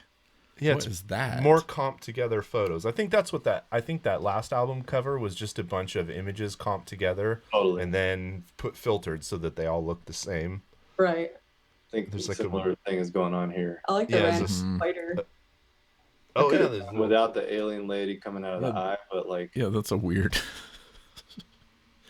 It's almost like they also put a cactus in there. So is that a? It's like, what are all the tropes of stoner and doom? Right? Yeah, skull like in the middle, burning building, burning factory, burning church, castle. We'll call it a church. Just might as well. We got an owl here. There's an owl. Got a couple of spiders. Got a couple spiders. Oh shit! There's like a human on this one. What the hell? That's the baby spider from Toy Story. Oh, there's a bird-headed lady on this spider. Straddling the spider. Oh, there's a lot of. I don't know what's going on here. I suddenly feel very uncomfortable. Yeah. Didn't know I was into spiders like that. Down to the bottom. Is there a guy playing golf in there? Hold on, sorry. What? Where? Down at bottom right. There's right where your finger, right where it is. Keep going. Oh yeah. Or something. Oh yeah, right there. I think. Oh, yeah. Is it golf or ice fishing or something? Oh, I think that's ice fishing. Yeah, I think he's got with his son watching too. This is like one of those books that it's like one of those. A picture from one of those books that you have with kids, and there's like a list of things you have to find. Find a man ice fishing. All right, cool. Find a naked alien woman. That's a good eye, man. I did not see that. I know, right? And now, like, I just see it. Yeah, that's all I can see. That's the only thing I see. Yeah. Well, is this guy? I got to via these skeletons here, like the little skull at the bottom. Yeah, they drew me to it. Is this guy laid out on like a chaise lounge? I picture them driving go-karts, like go-karts. They're definitely driving go-karts. Oh shit! That's okay. Sure. All right. Now that we have thoroughly roasted the art, which actually looks really cool from I like it the distance that you're actually supposed to look at. Yeah, completely.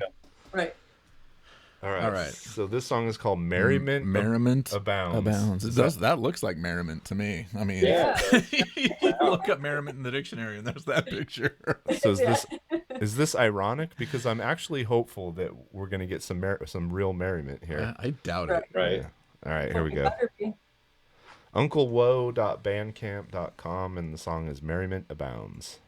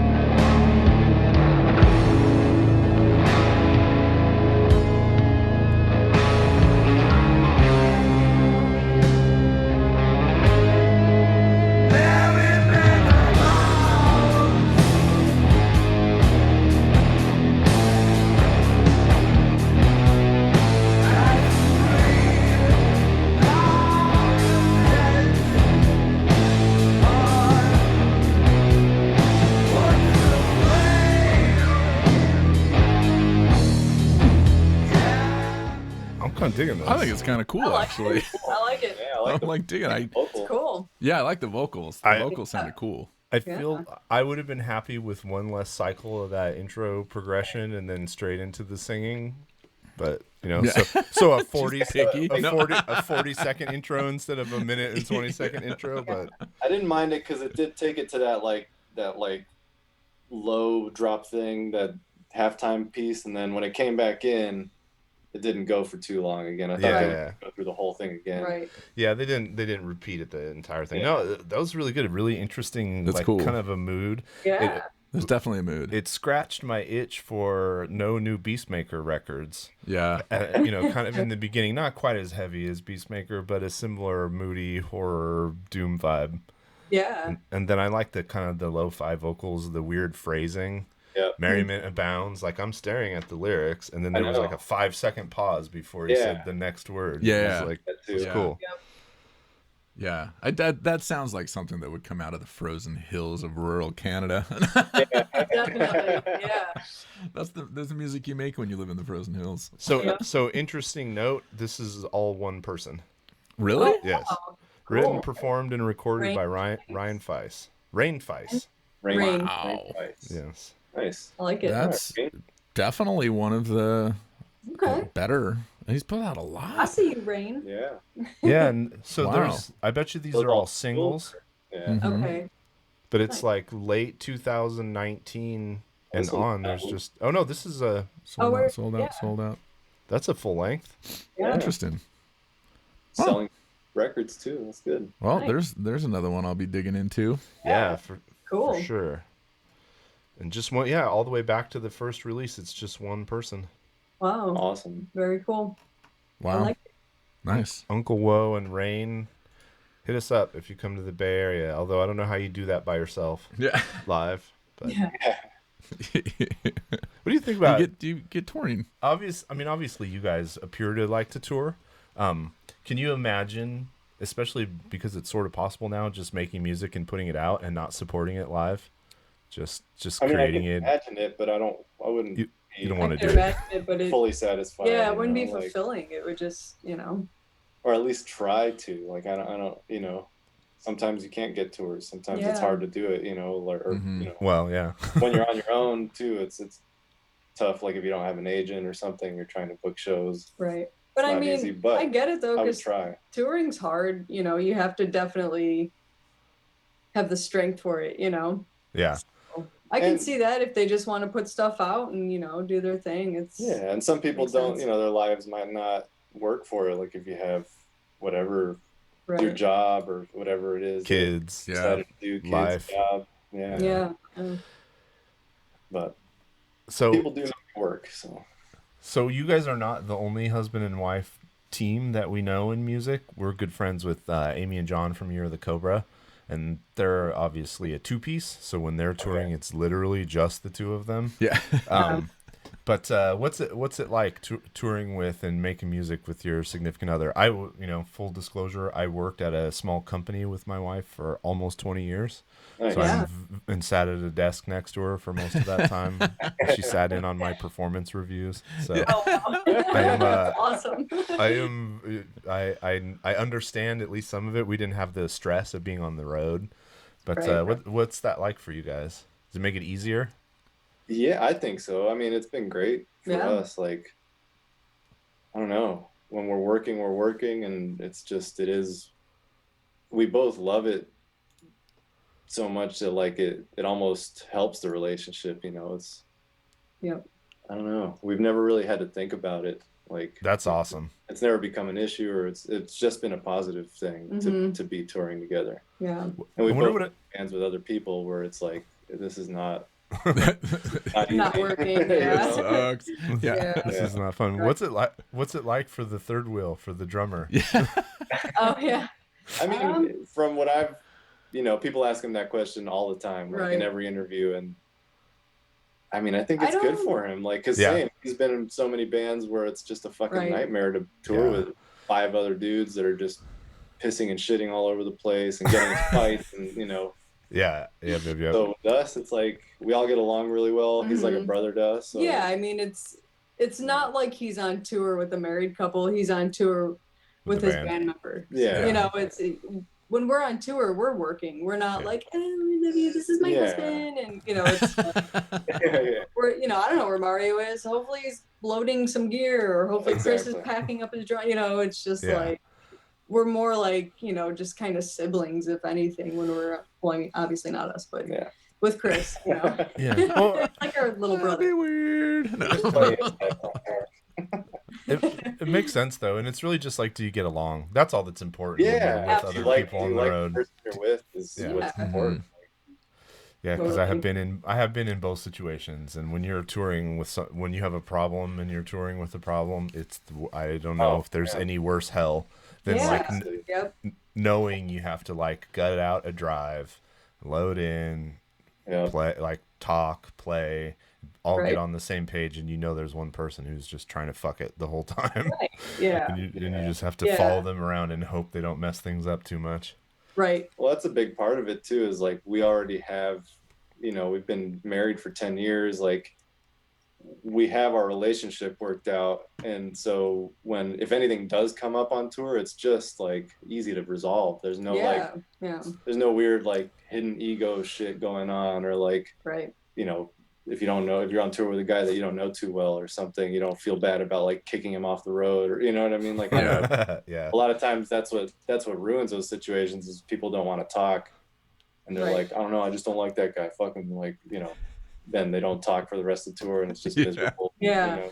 Well, I think when people ask that question, like in a leading way, they're picturing kind of like a passive-aggressive, bickery television or movie husband and wife dynamic that admittedly would be a nightmare to be on tour with. I'm sure it exists. Well, and if that's your dynamic, you shouldn't tour together. It's like, for you sure. can't get a small vehicle together for hours, and that's how you treat each other. Like, that's a bad. Because guess what? That's how you are always, not just on tour. Probably. But no, I mean, you know, we get crabby and fussy with each other, all three of us. But, you know, as soon as we get out of the van and we eat, we're all like, let's fucking do this. You know, it's like we have that relationship where it's like, we know why we're here. We love it. We're stoked. You know, you just got to find the right people. And then you get to play a show together. It's like, I don't know. That's the best. Fun. And people who don't play don't understand how awesome it is to play a show in front of a crowd. Like they don't get. I mean that, and it almost, that can fix problems, like everything's shitty leading up to it, and then you're like, 100%. Oh, fuck you, and you're loading stuff, and then you like pull your shit together and play, and you finish, and you go like, oh, I love you, man. All right, I'm sorry I was a dick. Totally. Yeah. So did you get like a touring drummer pre-Chris, or was Chris the touring drummer? You just made him a permanent part of the band? No, well, sort of. So on our both. We did have one guy that toured with us for like part of the first Deftones tour that we did. And the reason Chris actually came into the band was because he couldn't do the whole thing. Because of his job. And we were like, we're not doing this tour. Seriously. So we had just met Chris, and we saw him play, and we were like, damn, this guy is awesome. Let's hit him up. And he was able to do the second half after like, he didn't want to do it before I told him what the tour was. He didn't want to do it. He was just busy. He's busy. He's like, let me give you, you know, I'll give you some other options, man. Like my friend. And I was like, all right, well, just so you know, this is the tour. Don't tell anybody. But like, he's like, oh, let me figure this out. Hold on one second. I'll make it work. I got this. And, I can make myself not busy. Yes.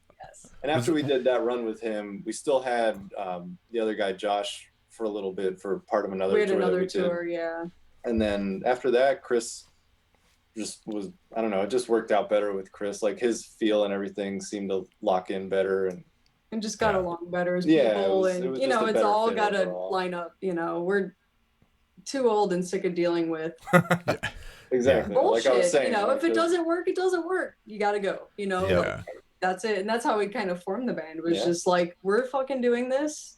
Either you can or you can't. That's it. You know, it's, even once Chris was in the band, or like was like our main touring guy, we got that Melvins tour that was 3 months long. Wow. And like, you know, he couldn't do the whole His thing. Job at the time, he wasn't able to work from the road at that point. So we were like, we were basically at that point like decided like it's either Chris or like nobody. We talked to so many drummers, and they could all do 2 weeks, and I was like, we can't have a new drummer every 2 weeks. Like that's a nightmare. Yeah. So I was like, let's just play the tracks, Yeah, we just did it by ourselves. Yeah, it was just the two of us. Like 80% of that tour, basically. Yeah. Oh wow. Was the Deftones tour for both of you the first time? I assume it was pretty big venues. Was that your first time on a massive stage? Yeah. Because I think that's something that a lot of bands that come from the underground are it's a detail that they're not prepared for. Yeah. It's like how to perform on a giant how to use the stage theater or it's different. Yeah. It's different. But it's weird. Like I think if you've done it enough in different situations, you just figure it out. It just feels normal. Like, and you're just on another stage, and like even with the crowds, it just feels like the same thing, but just more intense, like stage is louder and you have these giant side fills and you have more space to like actually move. It's pretty awesome. It's great. I mean, obviously it's amazing. And Deftones crew was like so awesome to us and just like helped us. And you know what I mean? They weren't like, whatever, like they were like treated us like, we were in that band. Like we should be there, we felt welcome, which was, and they helped us with whatever they helped us needed, with everything. That's awesome. Yeah, you don't hear enough stories of the the bigger bands who are established and kind of do what they want, doing whatever they want, like really investing in helping smaller bands. Like, totally. That's what I love about Ipecac. I know Patton doesn't run it, but I know the whole thing was sort of conceived around this idea of here's these bands that we collectively love that we want to make sure the world continues to see, and just relentless support for the avant-garde, unknown, small, fringe, weird music, which the world needs. Somebody needs to be taking care of that shit because absolutely, the mainstream doesn't. That's for sure. Both of them are incredible. Yeah. Do you guys have a tour booker? Are you guys on somebody's roster? Yeah. Who books you guys? So right now, Andy Rice is booking us. He was our first booking agent, and then he quit. He was booking. He was at Circle for a while. Yeah. Oh, gotcha. And then he quit doing booking all together when Circle kind of like dissolved, or I don't know what happened there, but it was a he needed a break. It was a mess. I remember that. It was a mess, and now they And then we went with. We were with a guy named Adam Fleiter, who was awesome as well. They were kind of like, Adam kind of learned what he knew from Andy, so it was an easy transition. He knew all the same promoters, everybody was easy to do. And now Andy's booking again, and Adam quit. So we're back with Andy, and like those guys are great. Andy's always awesome. Easy to work with. It's like working with a friend, somebody who is honest with you, and you can be honest with them, and like because we're hands-on with our booking, because if you're not driving these tours, you don't understand how fucked up the routing can get. Oh yes. And we definitely work with them on like, hey, let's rearrange this so we don't have to drive 12 hours, and let's play here, we know a promoter here, so it's cool to have somebody work with us also to make our experience better too on the road. It's like a big lesson we learned from the Melvins too, is just like, just do it yourself. Smart planning, if you know what you're doing and you can figure these things out, like put the routing together and give that to your agent. And they can try their hardest to make it work like that. Because and Andy knows what it's like to be in a band, but still when you're kind of not the one that's going to be in that seat driving for 8 hours from Chicago to Kansas City or whatever it is, like, it seems like a good idea. Right. Yeah. You're like, well, I got the show, like, let's do it. But then you're like, well, what about, maybe can we play St. Louis first? And then, right. So it's nice to have like somebody you can talk to about it. And he doesn't have like the ego that a lot of other agents have. They're just like, I'm the shit. Like, this is going to be the best, Don't my judgment. Right. Yeah.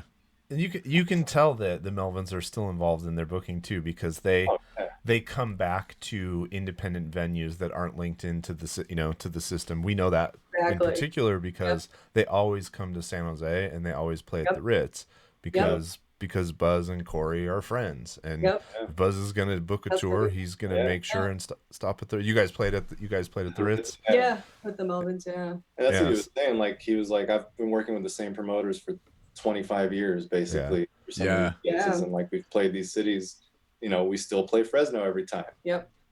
Like, and it was amazing. And it was awesome. Like I said, but you know, you build those relationships and like there's trust there.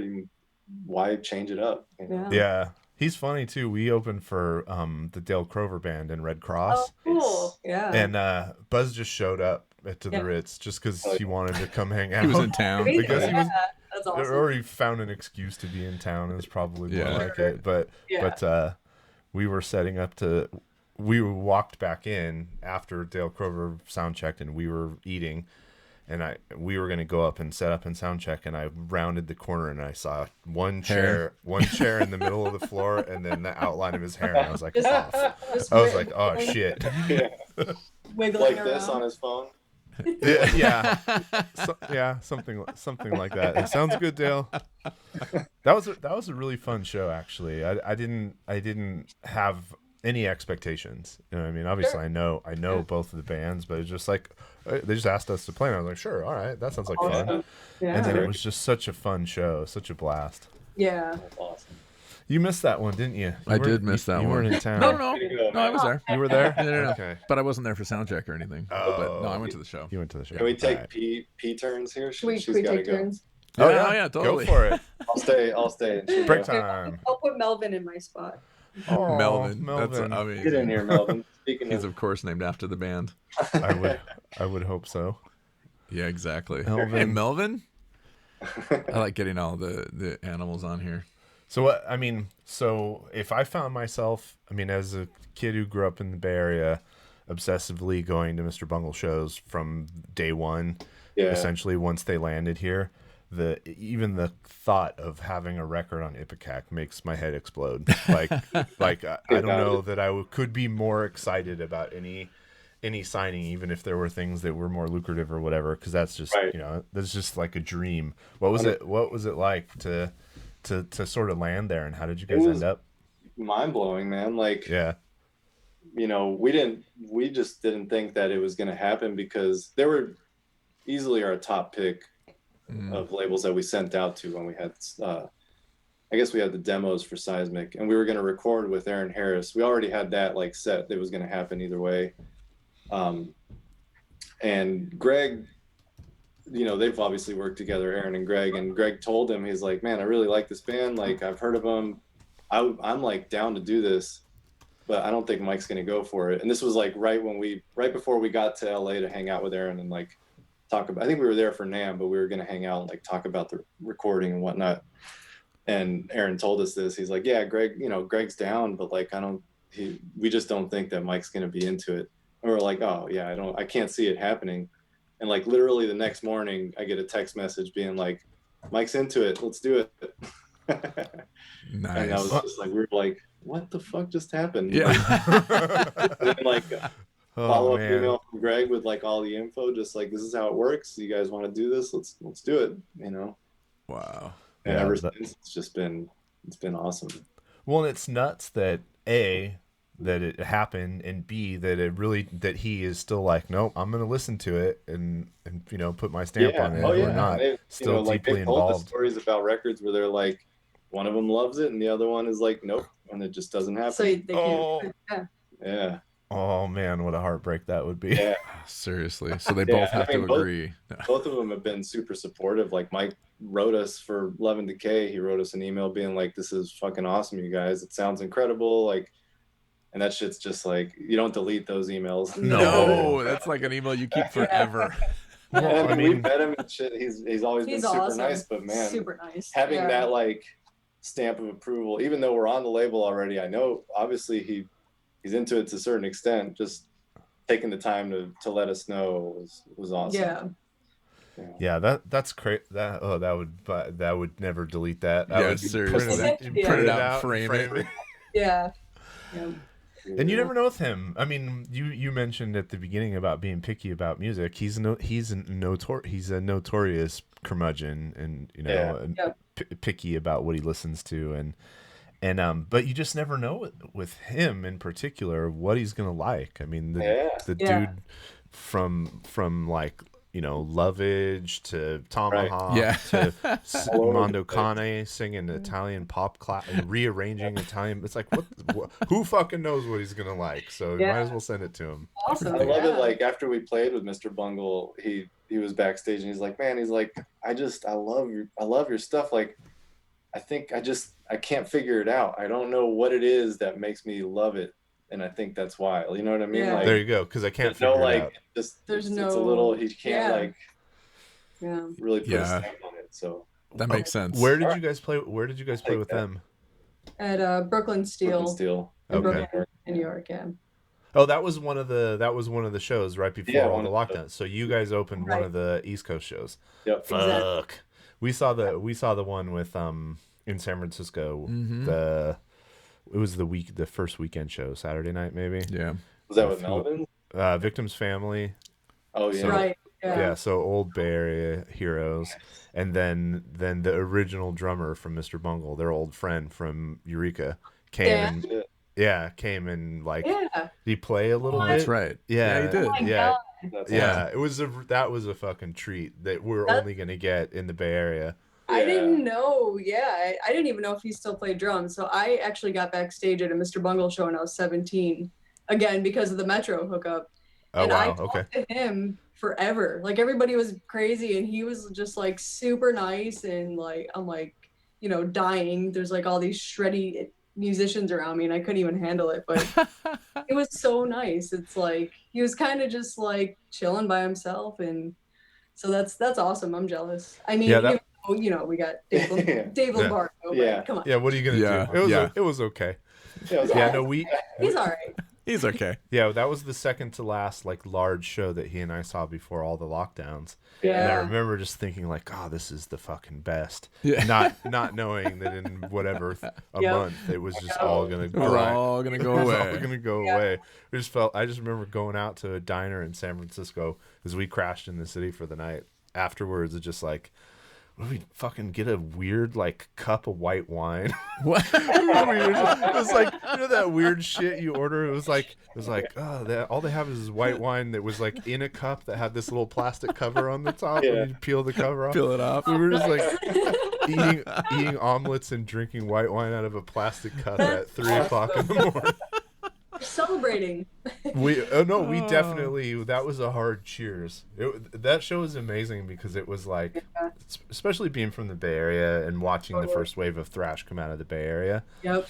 That was their statement that like, oh, this is the best Bay Area thrash band that ever existed. And we just teleported in from an alternate dimension to let you know, all of you other bands, that you're all like number 2, 3, 4, 5, 6, and 7 because we were actually number 1. Forget you, Metallica. But we just let you have it in this dimension, but we took it somewhere else. It was fucking incredible. It's unreal. Yeah. Oh, all right. We got a couple more songs. Oh, merch. Songs. Okay, I'm gonna go. Yeah, you go. Perfect. Yeah. Do you two buy merch a lot? Do you buy records from? Do you have your own? Yeah. Do we what? Do you have your own copies of your own records to show off? That's They're totally right on the legal. other side of this wall. Nice. Luckily, we don't have a ton because we did come off that tour last year before everything shut down. But I actually work for bands when we're not touring as a merch manager and seller. So I have way too much. Oh, I you get too many t-shirts. Like get it's everything. It's just I get everything. And when we lived in New York, I worked at 3 venues doing merch. Oh, and gotcha. running. So I got to drive bands around too, which was super fun. But I just got to a point where I was like, I need to stop getting t-shirts, even if they're free. It's just, or I need to give like half of them away. And so now I try to just get Mario stuff and nice. Yeah. Yeah, I always like I've completely stopped buying t-shirts from anywhere except from bands. Yeah. Because it's like, why go into, does Vans need another $20 for me for a skull shirt that says Vans on it? Not really. I'd rather have to say Vans on it. No, this one, here's my merch. This will make you happy, JD, because this is actually Revocation. Dave. This is Dave. What's his last name? Dave. One day I was trying to come up with Dave Davidson's last name. Okay. And I could not, for the life of me, That sounds like remember. something I would do because I'm just listening. No, Dave. I had an aneurysm and I just kept saying Dave over and over again. And then 20 minutes later, I went Davidson out of nowhere. So now I just wear it and I won't forget. That's amazing. I like it. Yeah, he's so I don't know. Do you listen to much like of the more extreme side of metal, like a Revocation, like technical death metal or anything like that? Not a ton, but if something catches my ear, like I will. I kind of like obsess over things, you know what I mean? Instead of like sprawling out and finding shit, I'll find one record, listen to it for like 3 years, just annihilate it. Yeah. So he's in another band that I've been pumping hard since I discovered them, called Gargoyle, which is with no E. So it's Dave Davidson in like a 90s math noise grunge band. And they're amazing. Like absolutely incredible. Revocation is a sometimes food for me, but I could listen to that Gargoyle record. It's like something you dug out of a bin from 1997 from some band that no one ever heard of. Nice. You know, from Seattle or North County, San Diego, that just like put out a record and it went under the radar, and then we discovered it. You're not a band still.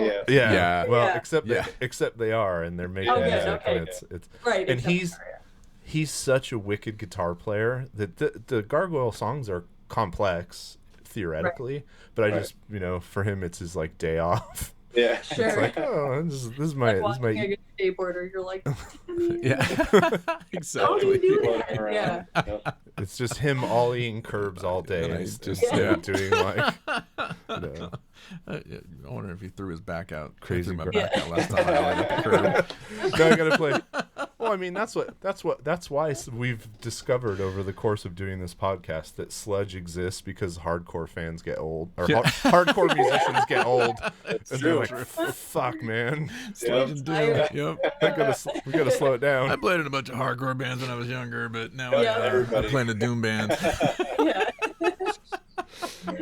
It's still heavy. It's still hard. Yep. It's just a lot slower. Yeah, I can still play it. Yeah, exactly. All right. What's that? So what do I have there? So since I know you're probably not obsessive listeners, I had a really bananas incident where my left ear essentially exploded about 6 weeks ago after my first band practice in a year and a half.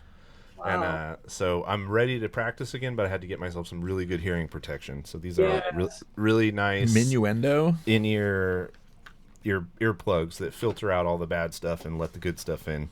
Wow. So I actually get to go to band practice on Tuesday and see if the screaming in my head will stop while I'm playing or not. Oh man, that sucks. What are they like? What kind of?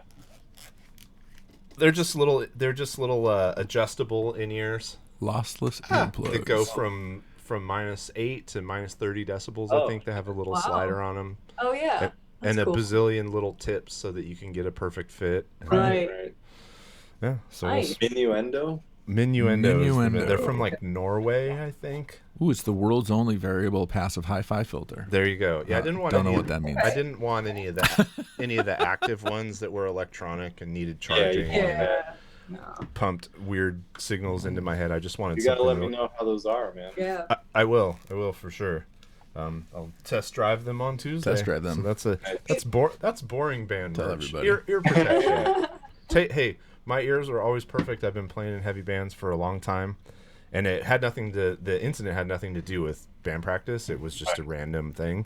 But it's my first time having hearing loss and balance loss and tonight. Well, I mean, that's a whole separate issue, but like tinnitus and hearing loss in my left ear, and so it's weird because I like have to figure out how to listen to music and play with a different set of instruments on my head. I mean, did you take tests to see like what range you've kind of lost, or that's coming up? Because it's still developing. It was an inner ear infection that caused nerve swelling and then killed some nerves and the 2 nerve bundles in my ear. So yeah, they're gonna let it settle out a little bit and then figure out how much I lost and then figure out how to treat it long term. Yeah. Right. But that's the first step. At least I can keep taking care of it. Yeah, for sure. I got in the car and put him in and cranked up the stereo as loud, and I was like, okay, I think I can do this. Good test. Yeah, so that's my boring. Well, I grabbed merch a couple records from the record store. Oh, you did? They're not new, but they're classics that I absolutely love. Oh, yeah, yeah. So one of them is the self-titled Portishead. Yeah. Needed to have that one on you vinyl have to have that one. for sure. And then also probably one of my favorite records ever, maybe, is Massive Attack's Mezzanine. Yeah. Which is nice. just Those are good I gotta get into that record. Like everybody's always told me about it, but I've never actually listened to it. Like I've heard parts of it, I've heard live clips, but I just never really got into Massive Attack. Yeah. It is definitely one you got to sit down with. It's so good. To me, it's a headphones record. Yeah. Right. They're like big, nice headphones. Oh yeah. On a couch, kind of melting away, probably stoned. Yeah. That sounds right. Hopefully. Hopefully. Yeah. Most likely. See if the delivery guy's here. Speaking of which, I need to place a delivery order. Delivery guy. Oh, the world we live in now is amazing. I know, right? Like shambling out of my front door in like flip flops and a mask to show my ID to the guy who's just got like a big crate of marijuana delivery, man. The neighbors are across the street. It's like, hey, we're in like a suburban neighborhood in the Bay Area. My kids go to school here. It's like, hey, that's nice to meet you. Awesome. What's the status in Pittsburgh or in Pennsylvania? It's still medical. It's still medical. Is it just medical? Yeah, which is the step. But I mean, Pennsylvania's got to pass it soon. I know there's talks about it already. They've been talking, like I just hear it on the radio and shit all the time now. They're talking about it, so the governor's pushing for it. I think. Nice. Feels like we have enough data now. I think it's been long enough in Colorado or not. That's pretty because all they care about is money. Like, do you want to make more or not? That's pretty much all that matters. Like, well, and then they have to let everyone out of prison, so I think that's the other. Yeah. Like, come on, please. It is tricky. Well, and there's so much conversation right now because of that Olympic sprinter who smoked right before she ran because she just found out her mom died. It's like. Oh wow! Yeah. And so now she can't run the 100 in the Olympics. Like that's nuts. And then stupid when that's like one of the most crooked events ever. It's the so IOC. Come on, break. Yeah, exactly. Who had enough money to pay somebody off, she could still run it. Yep. Of course. Yeah, exactly. Well, and who are we talking to? And we said probably the two most crooked organizations on planet Earth are FIFA and the IOC. Sport, like international bodies that oversee sports. Yeah, exactly. Really? That's. Yeah. And I'm sorry, but marijuana is not a performance-enhancing drug whatsoever. Bullshit, I mean, wouldn't that actually performance, if anything? Yeah. She should get extra credit for for winning, sprinting while high. Seriously. That's funny. But so in the wake of that discussion, relevant to the letting people out of prison is like. There was a famous college football athlete who lost his Heisman Trophy. He was stripped of his Heisman Trophy because he got busted smoking weed. What? It's like, seriously? Oh, really? Oh, yeah. Oh. In the not too distant past. I think I know who you're talking about. Like weed. Come on. If it's steroids, if it's performance enhancing, like fine. And I still don't necessarily agree because everybody's doing that shit. They're all on it. It doesn't matter. But like, come on, weed. Well, I'm all in favor of it. Remember that old Saturday Night Live sketch, the All Drug Olympics, with Phil Hartman and Dana Carvey, and he like bends down to pick up the barbell and he stands up and his arms rips rip his off. arms off. They're just spewing blood. Oh, I forgot about that. It's so good. Oh, bring it on. Bullshit, man. It's like it's all money and legal bullshit. Exactly. Well, and so many. You could test them for alcohol too. Yeah, which would actually be helpful. Yeah. Seriously. Well, and so many people in sports use weed for pain management. Yeah. Okay, so so we should prescribe legal opiates, and that's better than how is that smoking weed. That get you addicted to heroin or like. I know it's. And we both watch, fight sports, and tons of fighters smoke weed, and most of them do it for recovery. They practice hard. They're sore as hell. They go home, smoke weed, take a bath, and feel better the next day. Yeah, absolutely, That's how I use it. That's what it does for me too. So you take a bath. And... minus the minus the bath. No, minus the hard exercise for. Life beats me up mentally. Oh man. Absolutely. Right. How about gear? We haven't bored JD yet with gear talk. Okay. Are you guys like gear obsessed musicians, or sort of like you have your stuff and that's what you use and you don't worry about it too much, or somewhere in between? More along those lines. Maybe I'm like a little bit. I guess both of us to an extent are a little bit in between, but more towards the like. Not crazy. We have what we have. It's more about like make what you have work. Yeah. You know what I mean? Like that. Yeah. I'm like that with recording gear, with music gear, whatever, too, just because I've kind of had to be, you know. Like, I see the classic endorsed by Orange 810 and amp in the back. Is someone there an Orange artist? Oh, I left the bathroom. Yeah. That's my baby. Is it? Yeah. Yeah, Sarah kind of got us the ticket to Orange because she played their basses. For a while, the O bass that they made. Really? I have never met a human being alive who played one of those. Yeah. And now she, I mean, she has them. I don't know if we play them that much. You know, they're not player friendly because the body weighs like a pound and the neck weighs like 300 pounds. Oh, that's terrible. So Jeez. Come on, guys. Actually have a weight taped to the lower part of the body, and I played it like that for like 5 years because crazy. I really like the way it sounds. So I'll probably use it for recording, but just, you know, playing wise, it just got to be too much. And everyone's like, what is that on your bass? I'm like, it's a weight. Is that a speaker on your bass? Like, no, it's actually really, it's just a disc of it's a 1 duct pound. tape. No, gaff tape. Yeah, like it's a 2-pound disc gaff tape to the back of the bass. Yeah. Well, again, if you don't play, you don't know how important like instrument fit and balance is. Oh yeah, absolutely. Especially with a bass, like a full scale bass like that, it's gonna hit the ground if you're not tall enough. You know. Yeah. Yeah. It's rough. But and they're, you know, my basses are all heavy as shit too. Right. Someday that's probably going to be a problem, but for now at least it's still fine. But I think mine are. I just got a Squier P bass just because I was kind of like, I want to change it up, you know, but I don't want to spend $3,000 yet because I really want a flying V bass someday. So it's great. It's light. It's balanced. I'm like, it was $300. Those things it sounds incredible. Sounds amazing. It weighs like 2 pounds. It's done, you know. Interesting. Lots of interesting options for flying V basses these days. Yeah. I'll have to check. But so I'm friends with Jay Lewis from JML Guitars. Okay. And he built me a custom bass, and he's doing a run with Sasha Dunable of Dunable electronics and body shapes, but Jay's hand making all the instruments with his neck through, like laminated neck through construction for guitars and basses. And I think I spied a V bass. Oh, buddy. It's okay. Don't stress about it.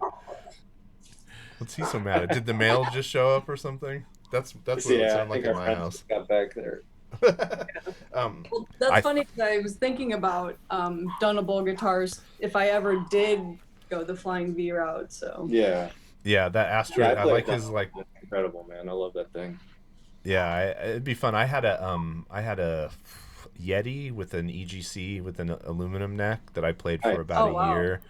Cool. It wasn't for me. Right. Yeah. There was nothing wrong with it, but it just, I don't know. I couldn't ever get it right. And the guy who bought it was ecstatic to be able to get his hands on it. So yeah, totally. It was fine. I can't do the V shape, but there are certain sick ass rock star poses that you can only do with the flying V on stage. Maybe that's why I want it. Oh yeah. But you were saying you think they're gonna do some. I think there might be one Asteroid bass, one flying V bass in that stack of instruments that Jay's making. I'll have to look again. Like $5,000. Yeah. No, I mean, can I borrow instruments it are Jay's not cheap. I mean, you're not going to get a neck through laminated cut. But you can get a bass from Jay for what you would pay for like an American Elite Fender. Right. Not even a custom shop. Just like the nicest bass you can get at Guitar Center. Right. You can also, that's, like if I'm gonna blow my load, I want to get something cool like that, and not just go get a Fender American Special. You know what I mean? It's like I want something. Well, it's I think it's all just it's pretty personal too. Like, so it has to work for you. Like you were saying, you had a sick guitar, but it didn't work. Yeah. Yeah. You know? Right. I wanted it to work so bad. Those aluminum necks are so cool. But I also, my problem is I've been a 5-string player for so long that I can't. Okay. I tried to go back to 4s because it opens you up to so many different instruments.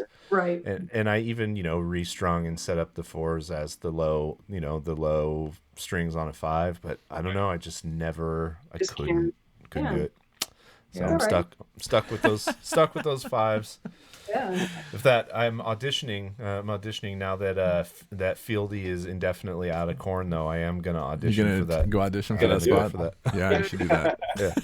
I posted one of those vague Facebook posts that was like, and that's what it was. Yeah. Yeah, because I just I just got a new job. I just accepted a new job. I've done the same job for the last 26 years, and I posted something vague, and our good buddy Justin, who listens to every episode, he's like, "Hey, you're going out for Fieldy's job, aren't you?" It's like, I know what it is. You got the job in Korn. You got the job. Yeah, that's what it is. And then, hell yeah! And then someone asked if Jay could possibly set up my bass so that it sounded like, what was it? A tin cans drop down a stairwell, or no, it was like a can full of marbles drop down a stairwell or something. Like the signature Fieldy tone. Yeah. Yeah. So I know we're like pushing time. Do you guys have like another 15 minutes? Yeah, sure. Yeah. A couple more songs. Okay, do a couple more songs, and we'll kind of wrap up. All right, what's left? I want to do the Bandcamp pick. Okay. Because it sounded very interesting to me. So this is not one that was submitted. We pull all of our music from Bandcamp, and love them, support them, and so they also have a great just editorial team. So they research music and scenes and write about all that stuff. So this one sounded cool because it is. We've talked to a lot of like Boston musicians on the show, and it's surprising how many sort of heavy, noisy bands all come from like Berkeley kids, right? Yeah. Like these people that they go to school to study music, one of the hardest music schools to get into, and then they come out and they start metal bands. Yeah. Which so is there a metal track at Berkeley? I sure hope. I mean, I don't know. That'd be rad. I mean, there is. Rad. Is there? Mario went there. I think these days. Did Mario? Did you? Yeah. Look at that. Oh, come on now. Case in point. All right. So maybe you can explain it to us. Like where you can learn I think part of the reason is because Berkeley, I don't know. I mean, I think for some people it's great. For some people it's not. For me, it was kind of in between. I thought it was kind of a waste for me. Yeah. Mm-hmm. I learned a lot, but it was just, it kind of jaded me and like made me want to just stop playing jazz and doing all the shit that I was studying at that time, And I think because of that, those people find like-minded people and then start bands. And these guys, a good majority of them are pretty fucking talented people. So you get a lot of technical heavy shit coming out of there, Yeah. So out of curiosity, are there people that you went to school with or that were there at the same time that you were there that are now, people that anybody would know or in bands that not in bands that I know of. Yeah. I was pretty distant too when I was there. I lived off campus and I just went to my classes and then went home. Yeah. I didn't really get involved in the whole school thing. Yeah. I transferred from a community college in Miami where I grew up, and I don't know, it was like I expected it to be more than it ended up being for me, and I was just a little disillusioned. So didn't spend much time there, but on the West Coast, it's more likely that people who know they want to get into bands and touring bands will go and do time down in LA at MIT, musician, which is a much more practical, rounded. Oh, you want to be in a band? Here's everything. Here's everything you need to know for that experience. Yeah. So this whole article was just about kind of this treasure from the Boston DIY scene, and all of these people went to Berkeley together. Yeah. And they found one another and started this crazy band that I'd never heard of called Dent. Okay. So what do we listen to? Sorrowful Seed? So the song that we are going to listen to is called Sorrowful Seed. Sorrowful Seed. So all 9 minutes and 41 seconds of it? No. No. We'll start. We'll start it. All right, here we go. So it's dentband.bandcamp.com.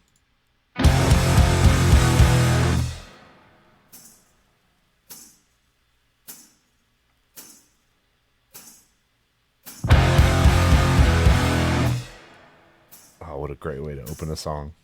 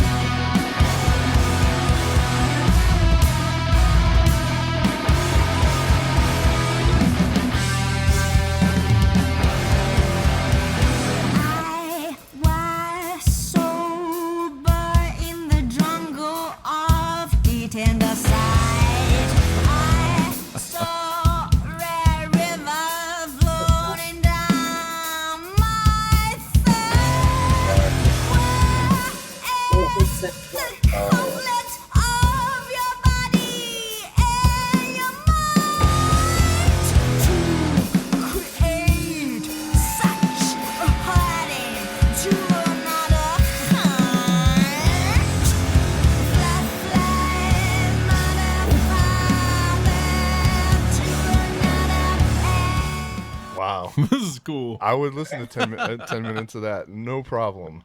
Nice. Yeah, that vocal took me off guard, but then I was like, oh shit, it's kind of very Jefferson cool. Airplane-y. Yeah. Yeah. Well, right? it came in initially. Completely. The way the melody was like, you know. Yeah. Cool.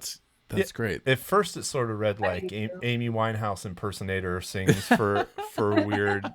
It had that kind of vibe to it, but then she took it in a more I don't know, like like a punkier direction.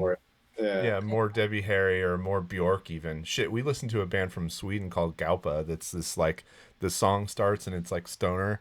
And then Bjork starts singing, like literally. Oh, wow. You wouldn't even be able to. You can't tell the difference. You can't tell the difference. And it was like, whoa! I love that contrast though.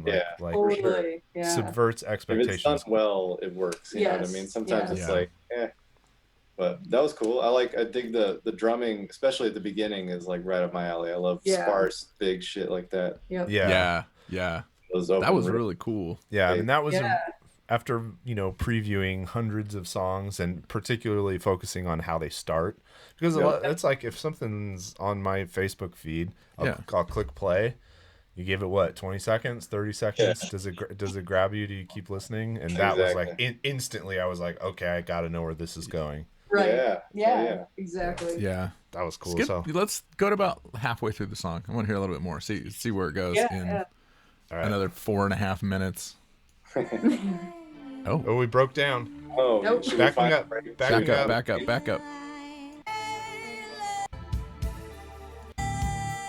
Oh. Okay.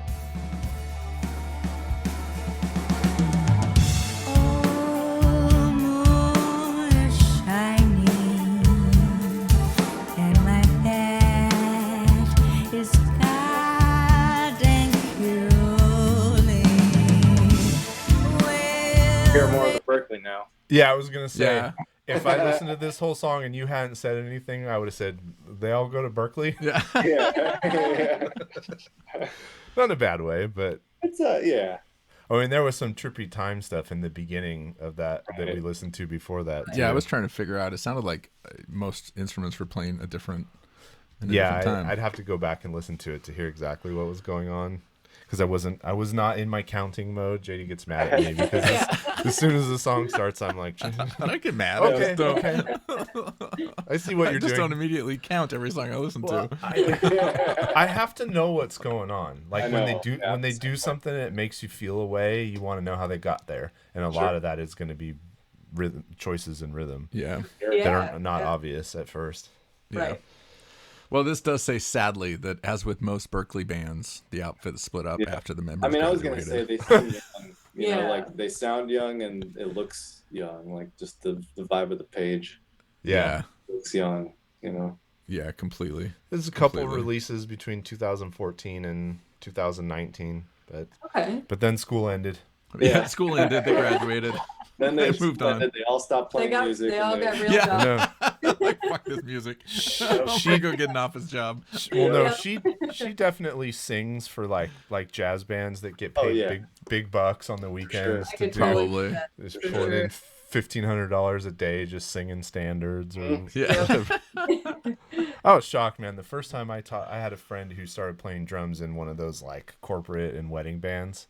That it's really big on the West Coast, and there's a pre-pandemic there's just a constant stream of easy money. If you could go in and play an Apple event for 1,500 Apple employees, that he'd it was like eight or 9 piece band, and he was the drummer, and he'd walk out with over $1,000 every night they played. That's crazy. Like, fuck. There's money in 9 piece, and everybody's walking out. Everybody's walking. Yeah. That's the drummer. I bet like the singers and whoever puts it all together is getting double that at least. For sure. And he did have to wear a shiny vest and a headset mic, so it was like there's a certain amount of pride left at the door. But amazing. Those jobs, like I've always considered doing something like that, but it's fucking hard, man. Like I know, other than the soul crushing aspect of it that could come from it.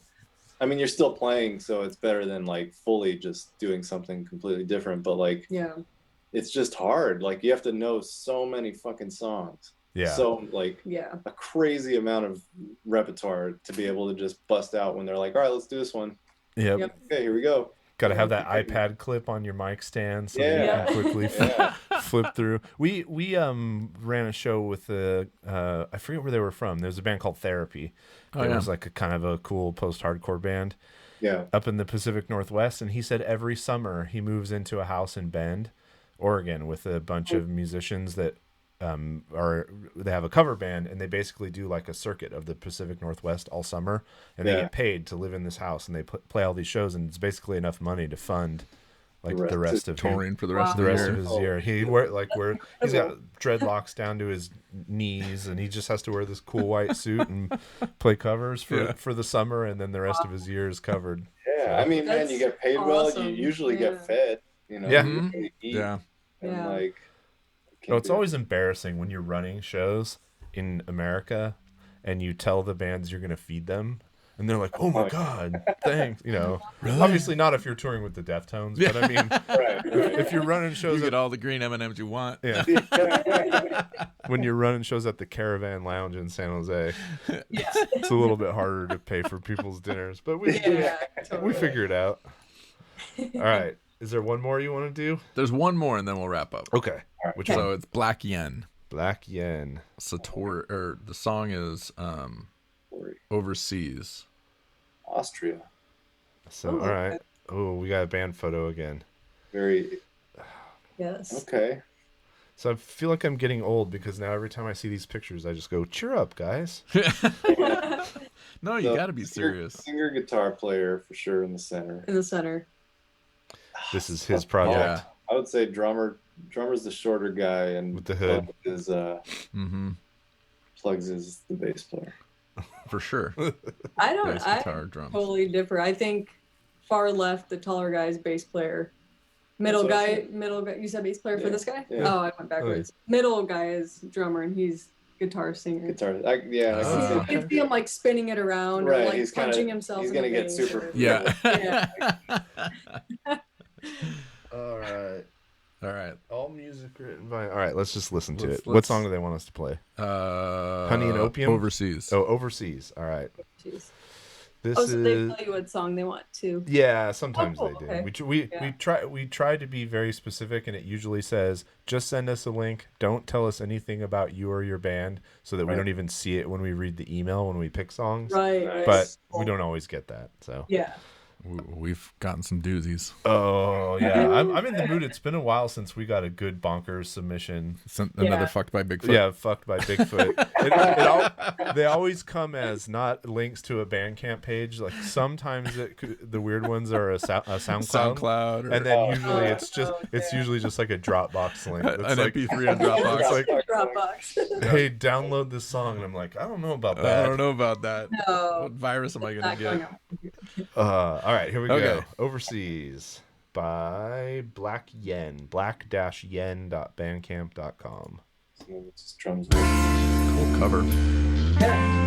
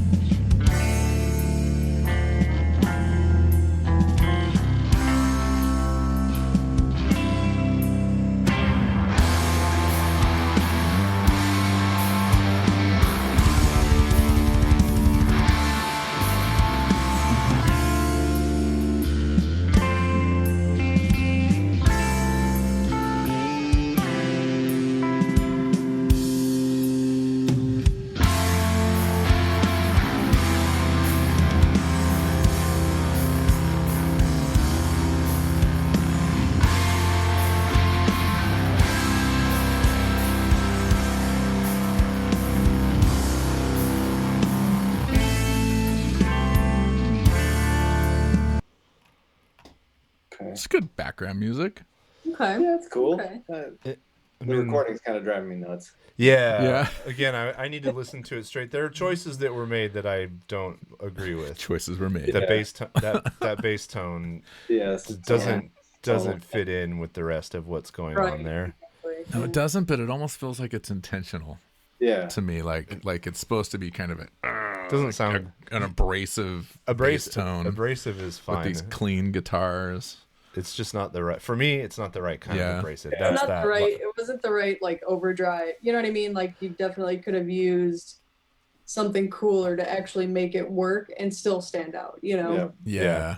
So bass player, if you guys listen to this, correct me if I'm wrong. I'm going to throw this out there. Okay. I don't know what bass he's playing, but that's definitely either a dark glass pedal or one of the little dark glass microtubes or whatever amps that have their built-in sounds right distortion, because that's exactly what it sounds like to me, which is kind of like the stereotypical modern metal bass tone, which is about as far from what I like.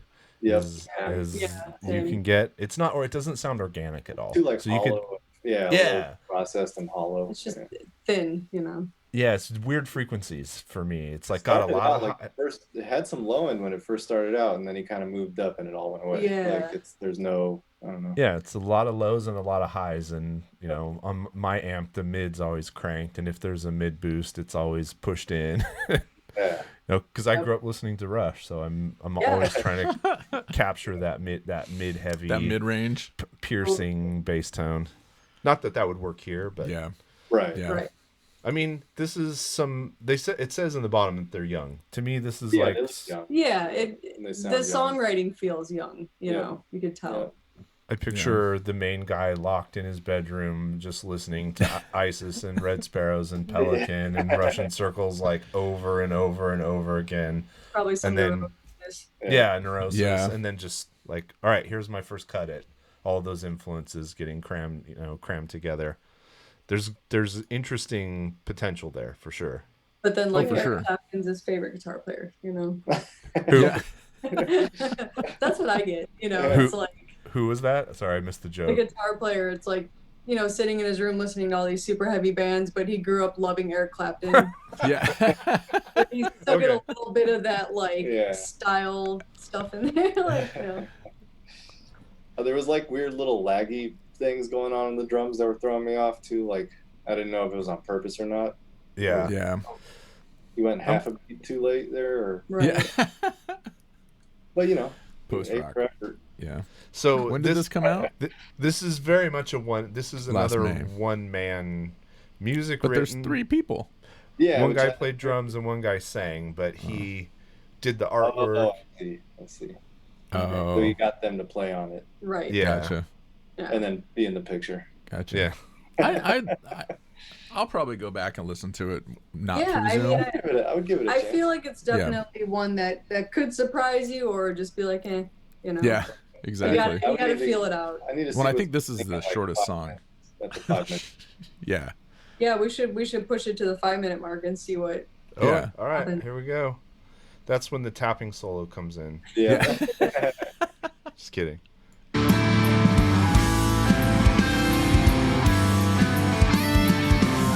Oh, I heard some squeedly.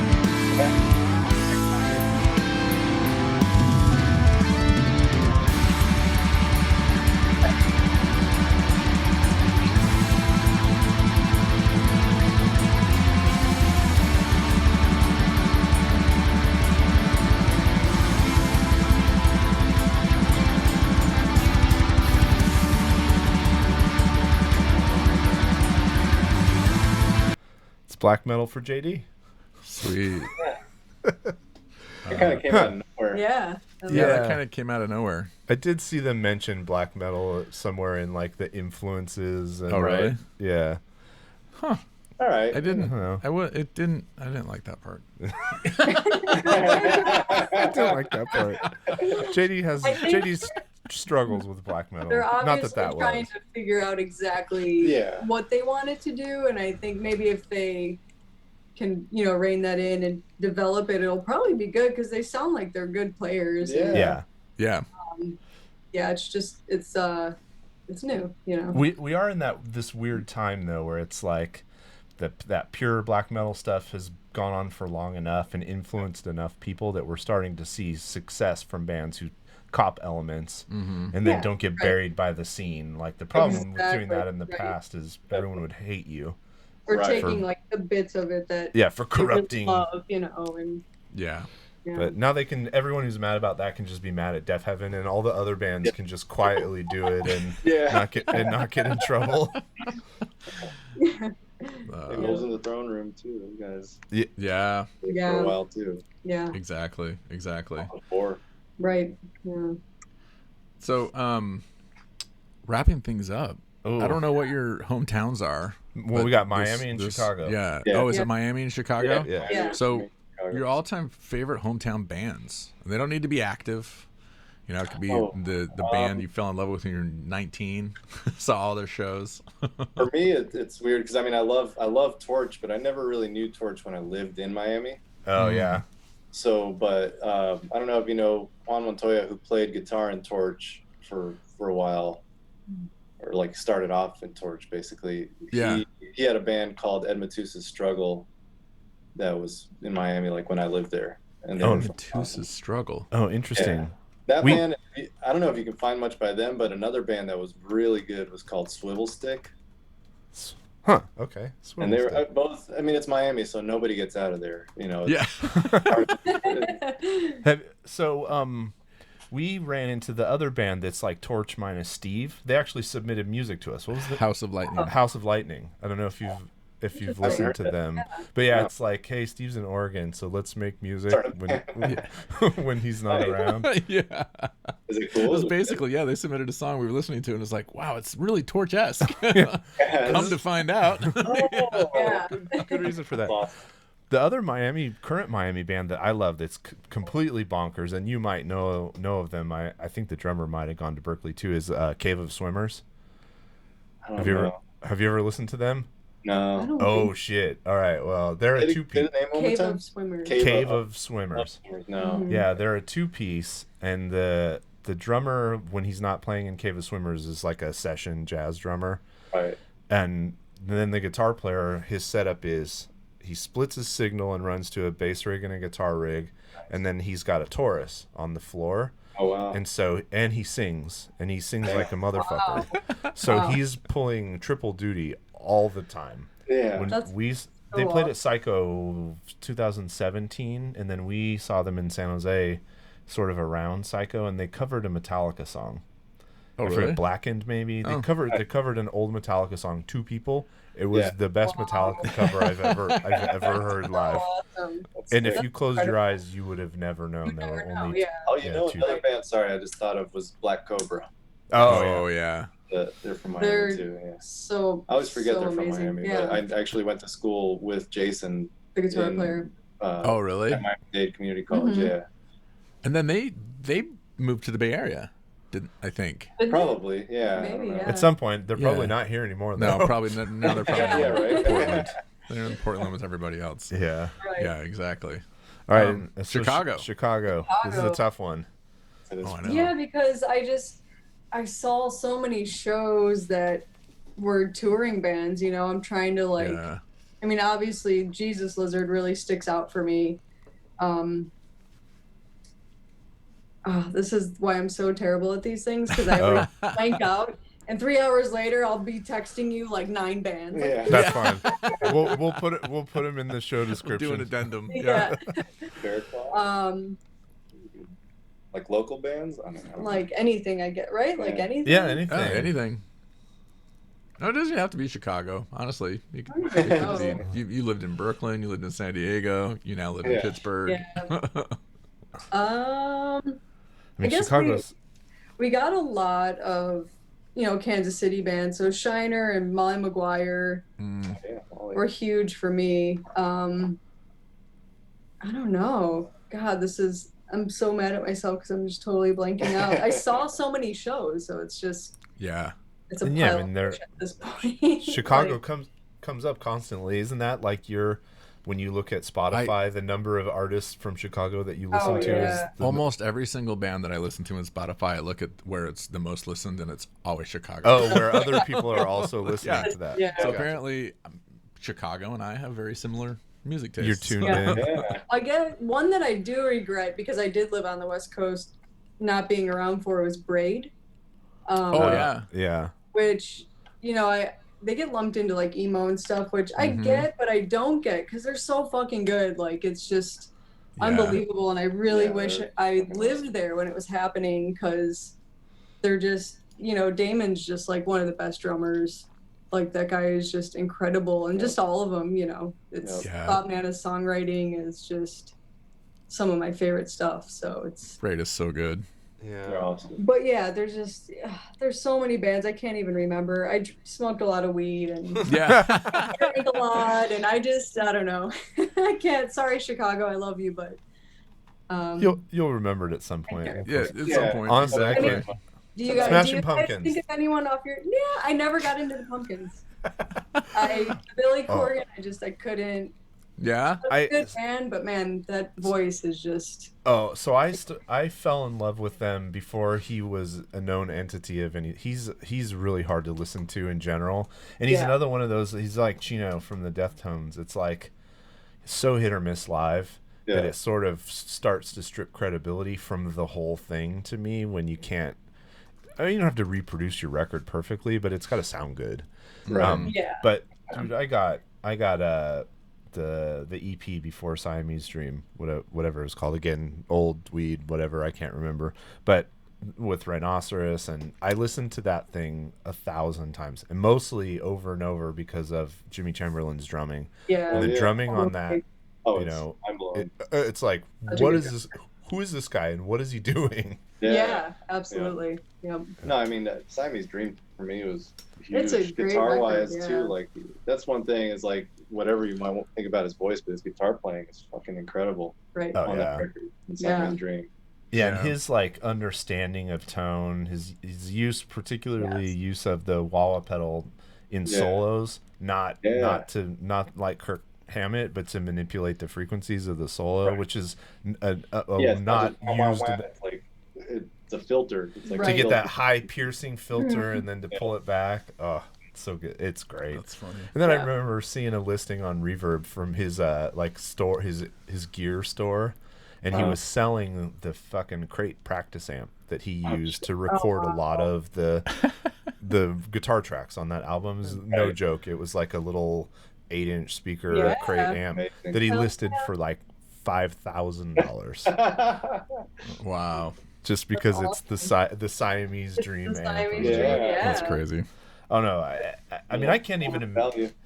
You think back to that time and the songs that were on mainstream radio that were just part of the general consciousness that aren't now. It's unbelievable. Like Cherub Rock is like a #1 radio hit. Oh, completely. And that song's fucking brilliant. Yeah, it is. Yeah.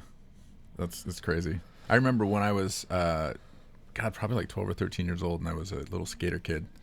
This is not a Smashing Pumpkins story. It's a Chicago story. This like skater girl moved into my neighborhood and introduced me to a band called Naked Ray Gun. Oh yeah. And, See, I totally forgot, and I saw them. I was in love. Yeah. Oh my God. I was so, that was like the first Chicago band I'd ever heard of.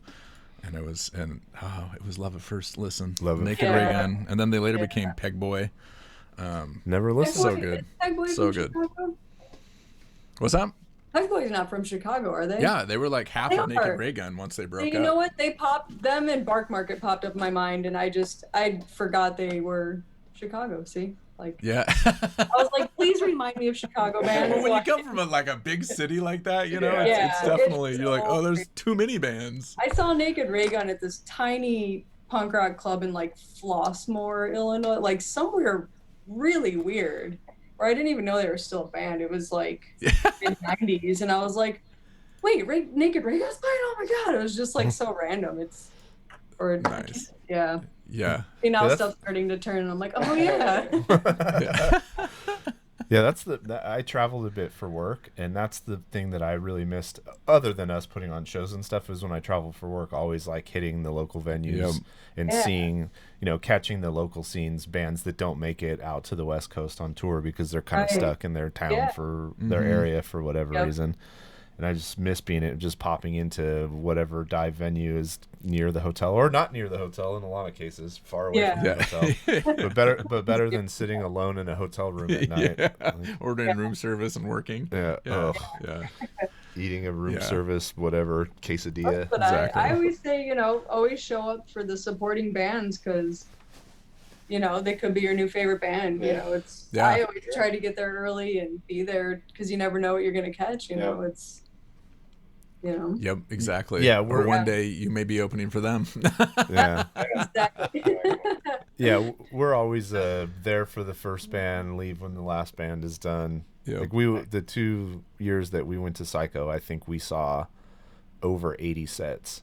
Parts at least of 80, like between 60 and 80, depending on the year. That's crazy. That's how I saw Discovered Mastodon in 2003. They were opening for my friend's band in Chicago at the Metro. Of course. And I was like, what the ran to the merch booth, and I was like, you guys are fucking awesome. Like, because you never know. And then they're like the fucking biggest metal band, It's crazy. Yeah, it's crazy that it's crazy that it turned out that way, but it makes sense that they did. And I don't know when they first made it out to the West Coast, but I unfortunately did not get to see them really, really early. I wish I had, but I'm still a huge fan. I'm not too proud to say that they still rule. Oh, all their albums. No way. Oh my God. They're a great band, man. Incredible. I'm not crazy about every song on every album nowadays, but I'm not crazy about every song on every album from anybody. Yeah, exactly. Yeah, I know. I think those early fans that just want them to make Leviathan 12 times. Yeah. Come on, you gotta grow. Exactly. We'll call this one Giant Narwhal. Yeah. We're gonna do other large great white shark. Yeah. It's about one man's journey to hunt down a great white shark. Like, haven't you done this? I think you did this already, right? Oh man. Actually, I wouldn't even want them to remake Leviathan. What I would actually like to hear is them going to the studio and try to write another Remission. Yeah.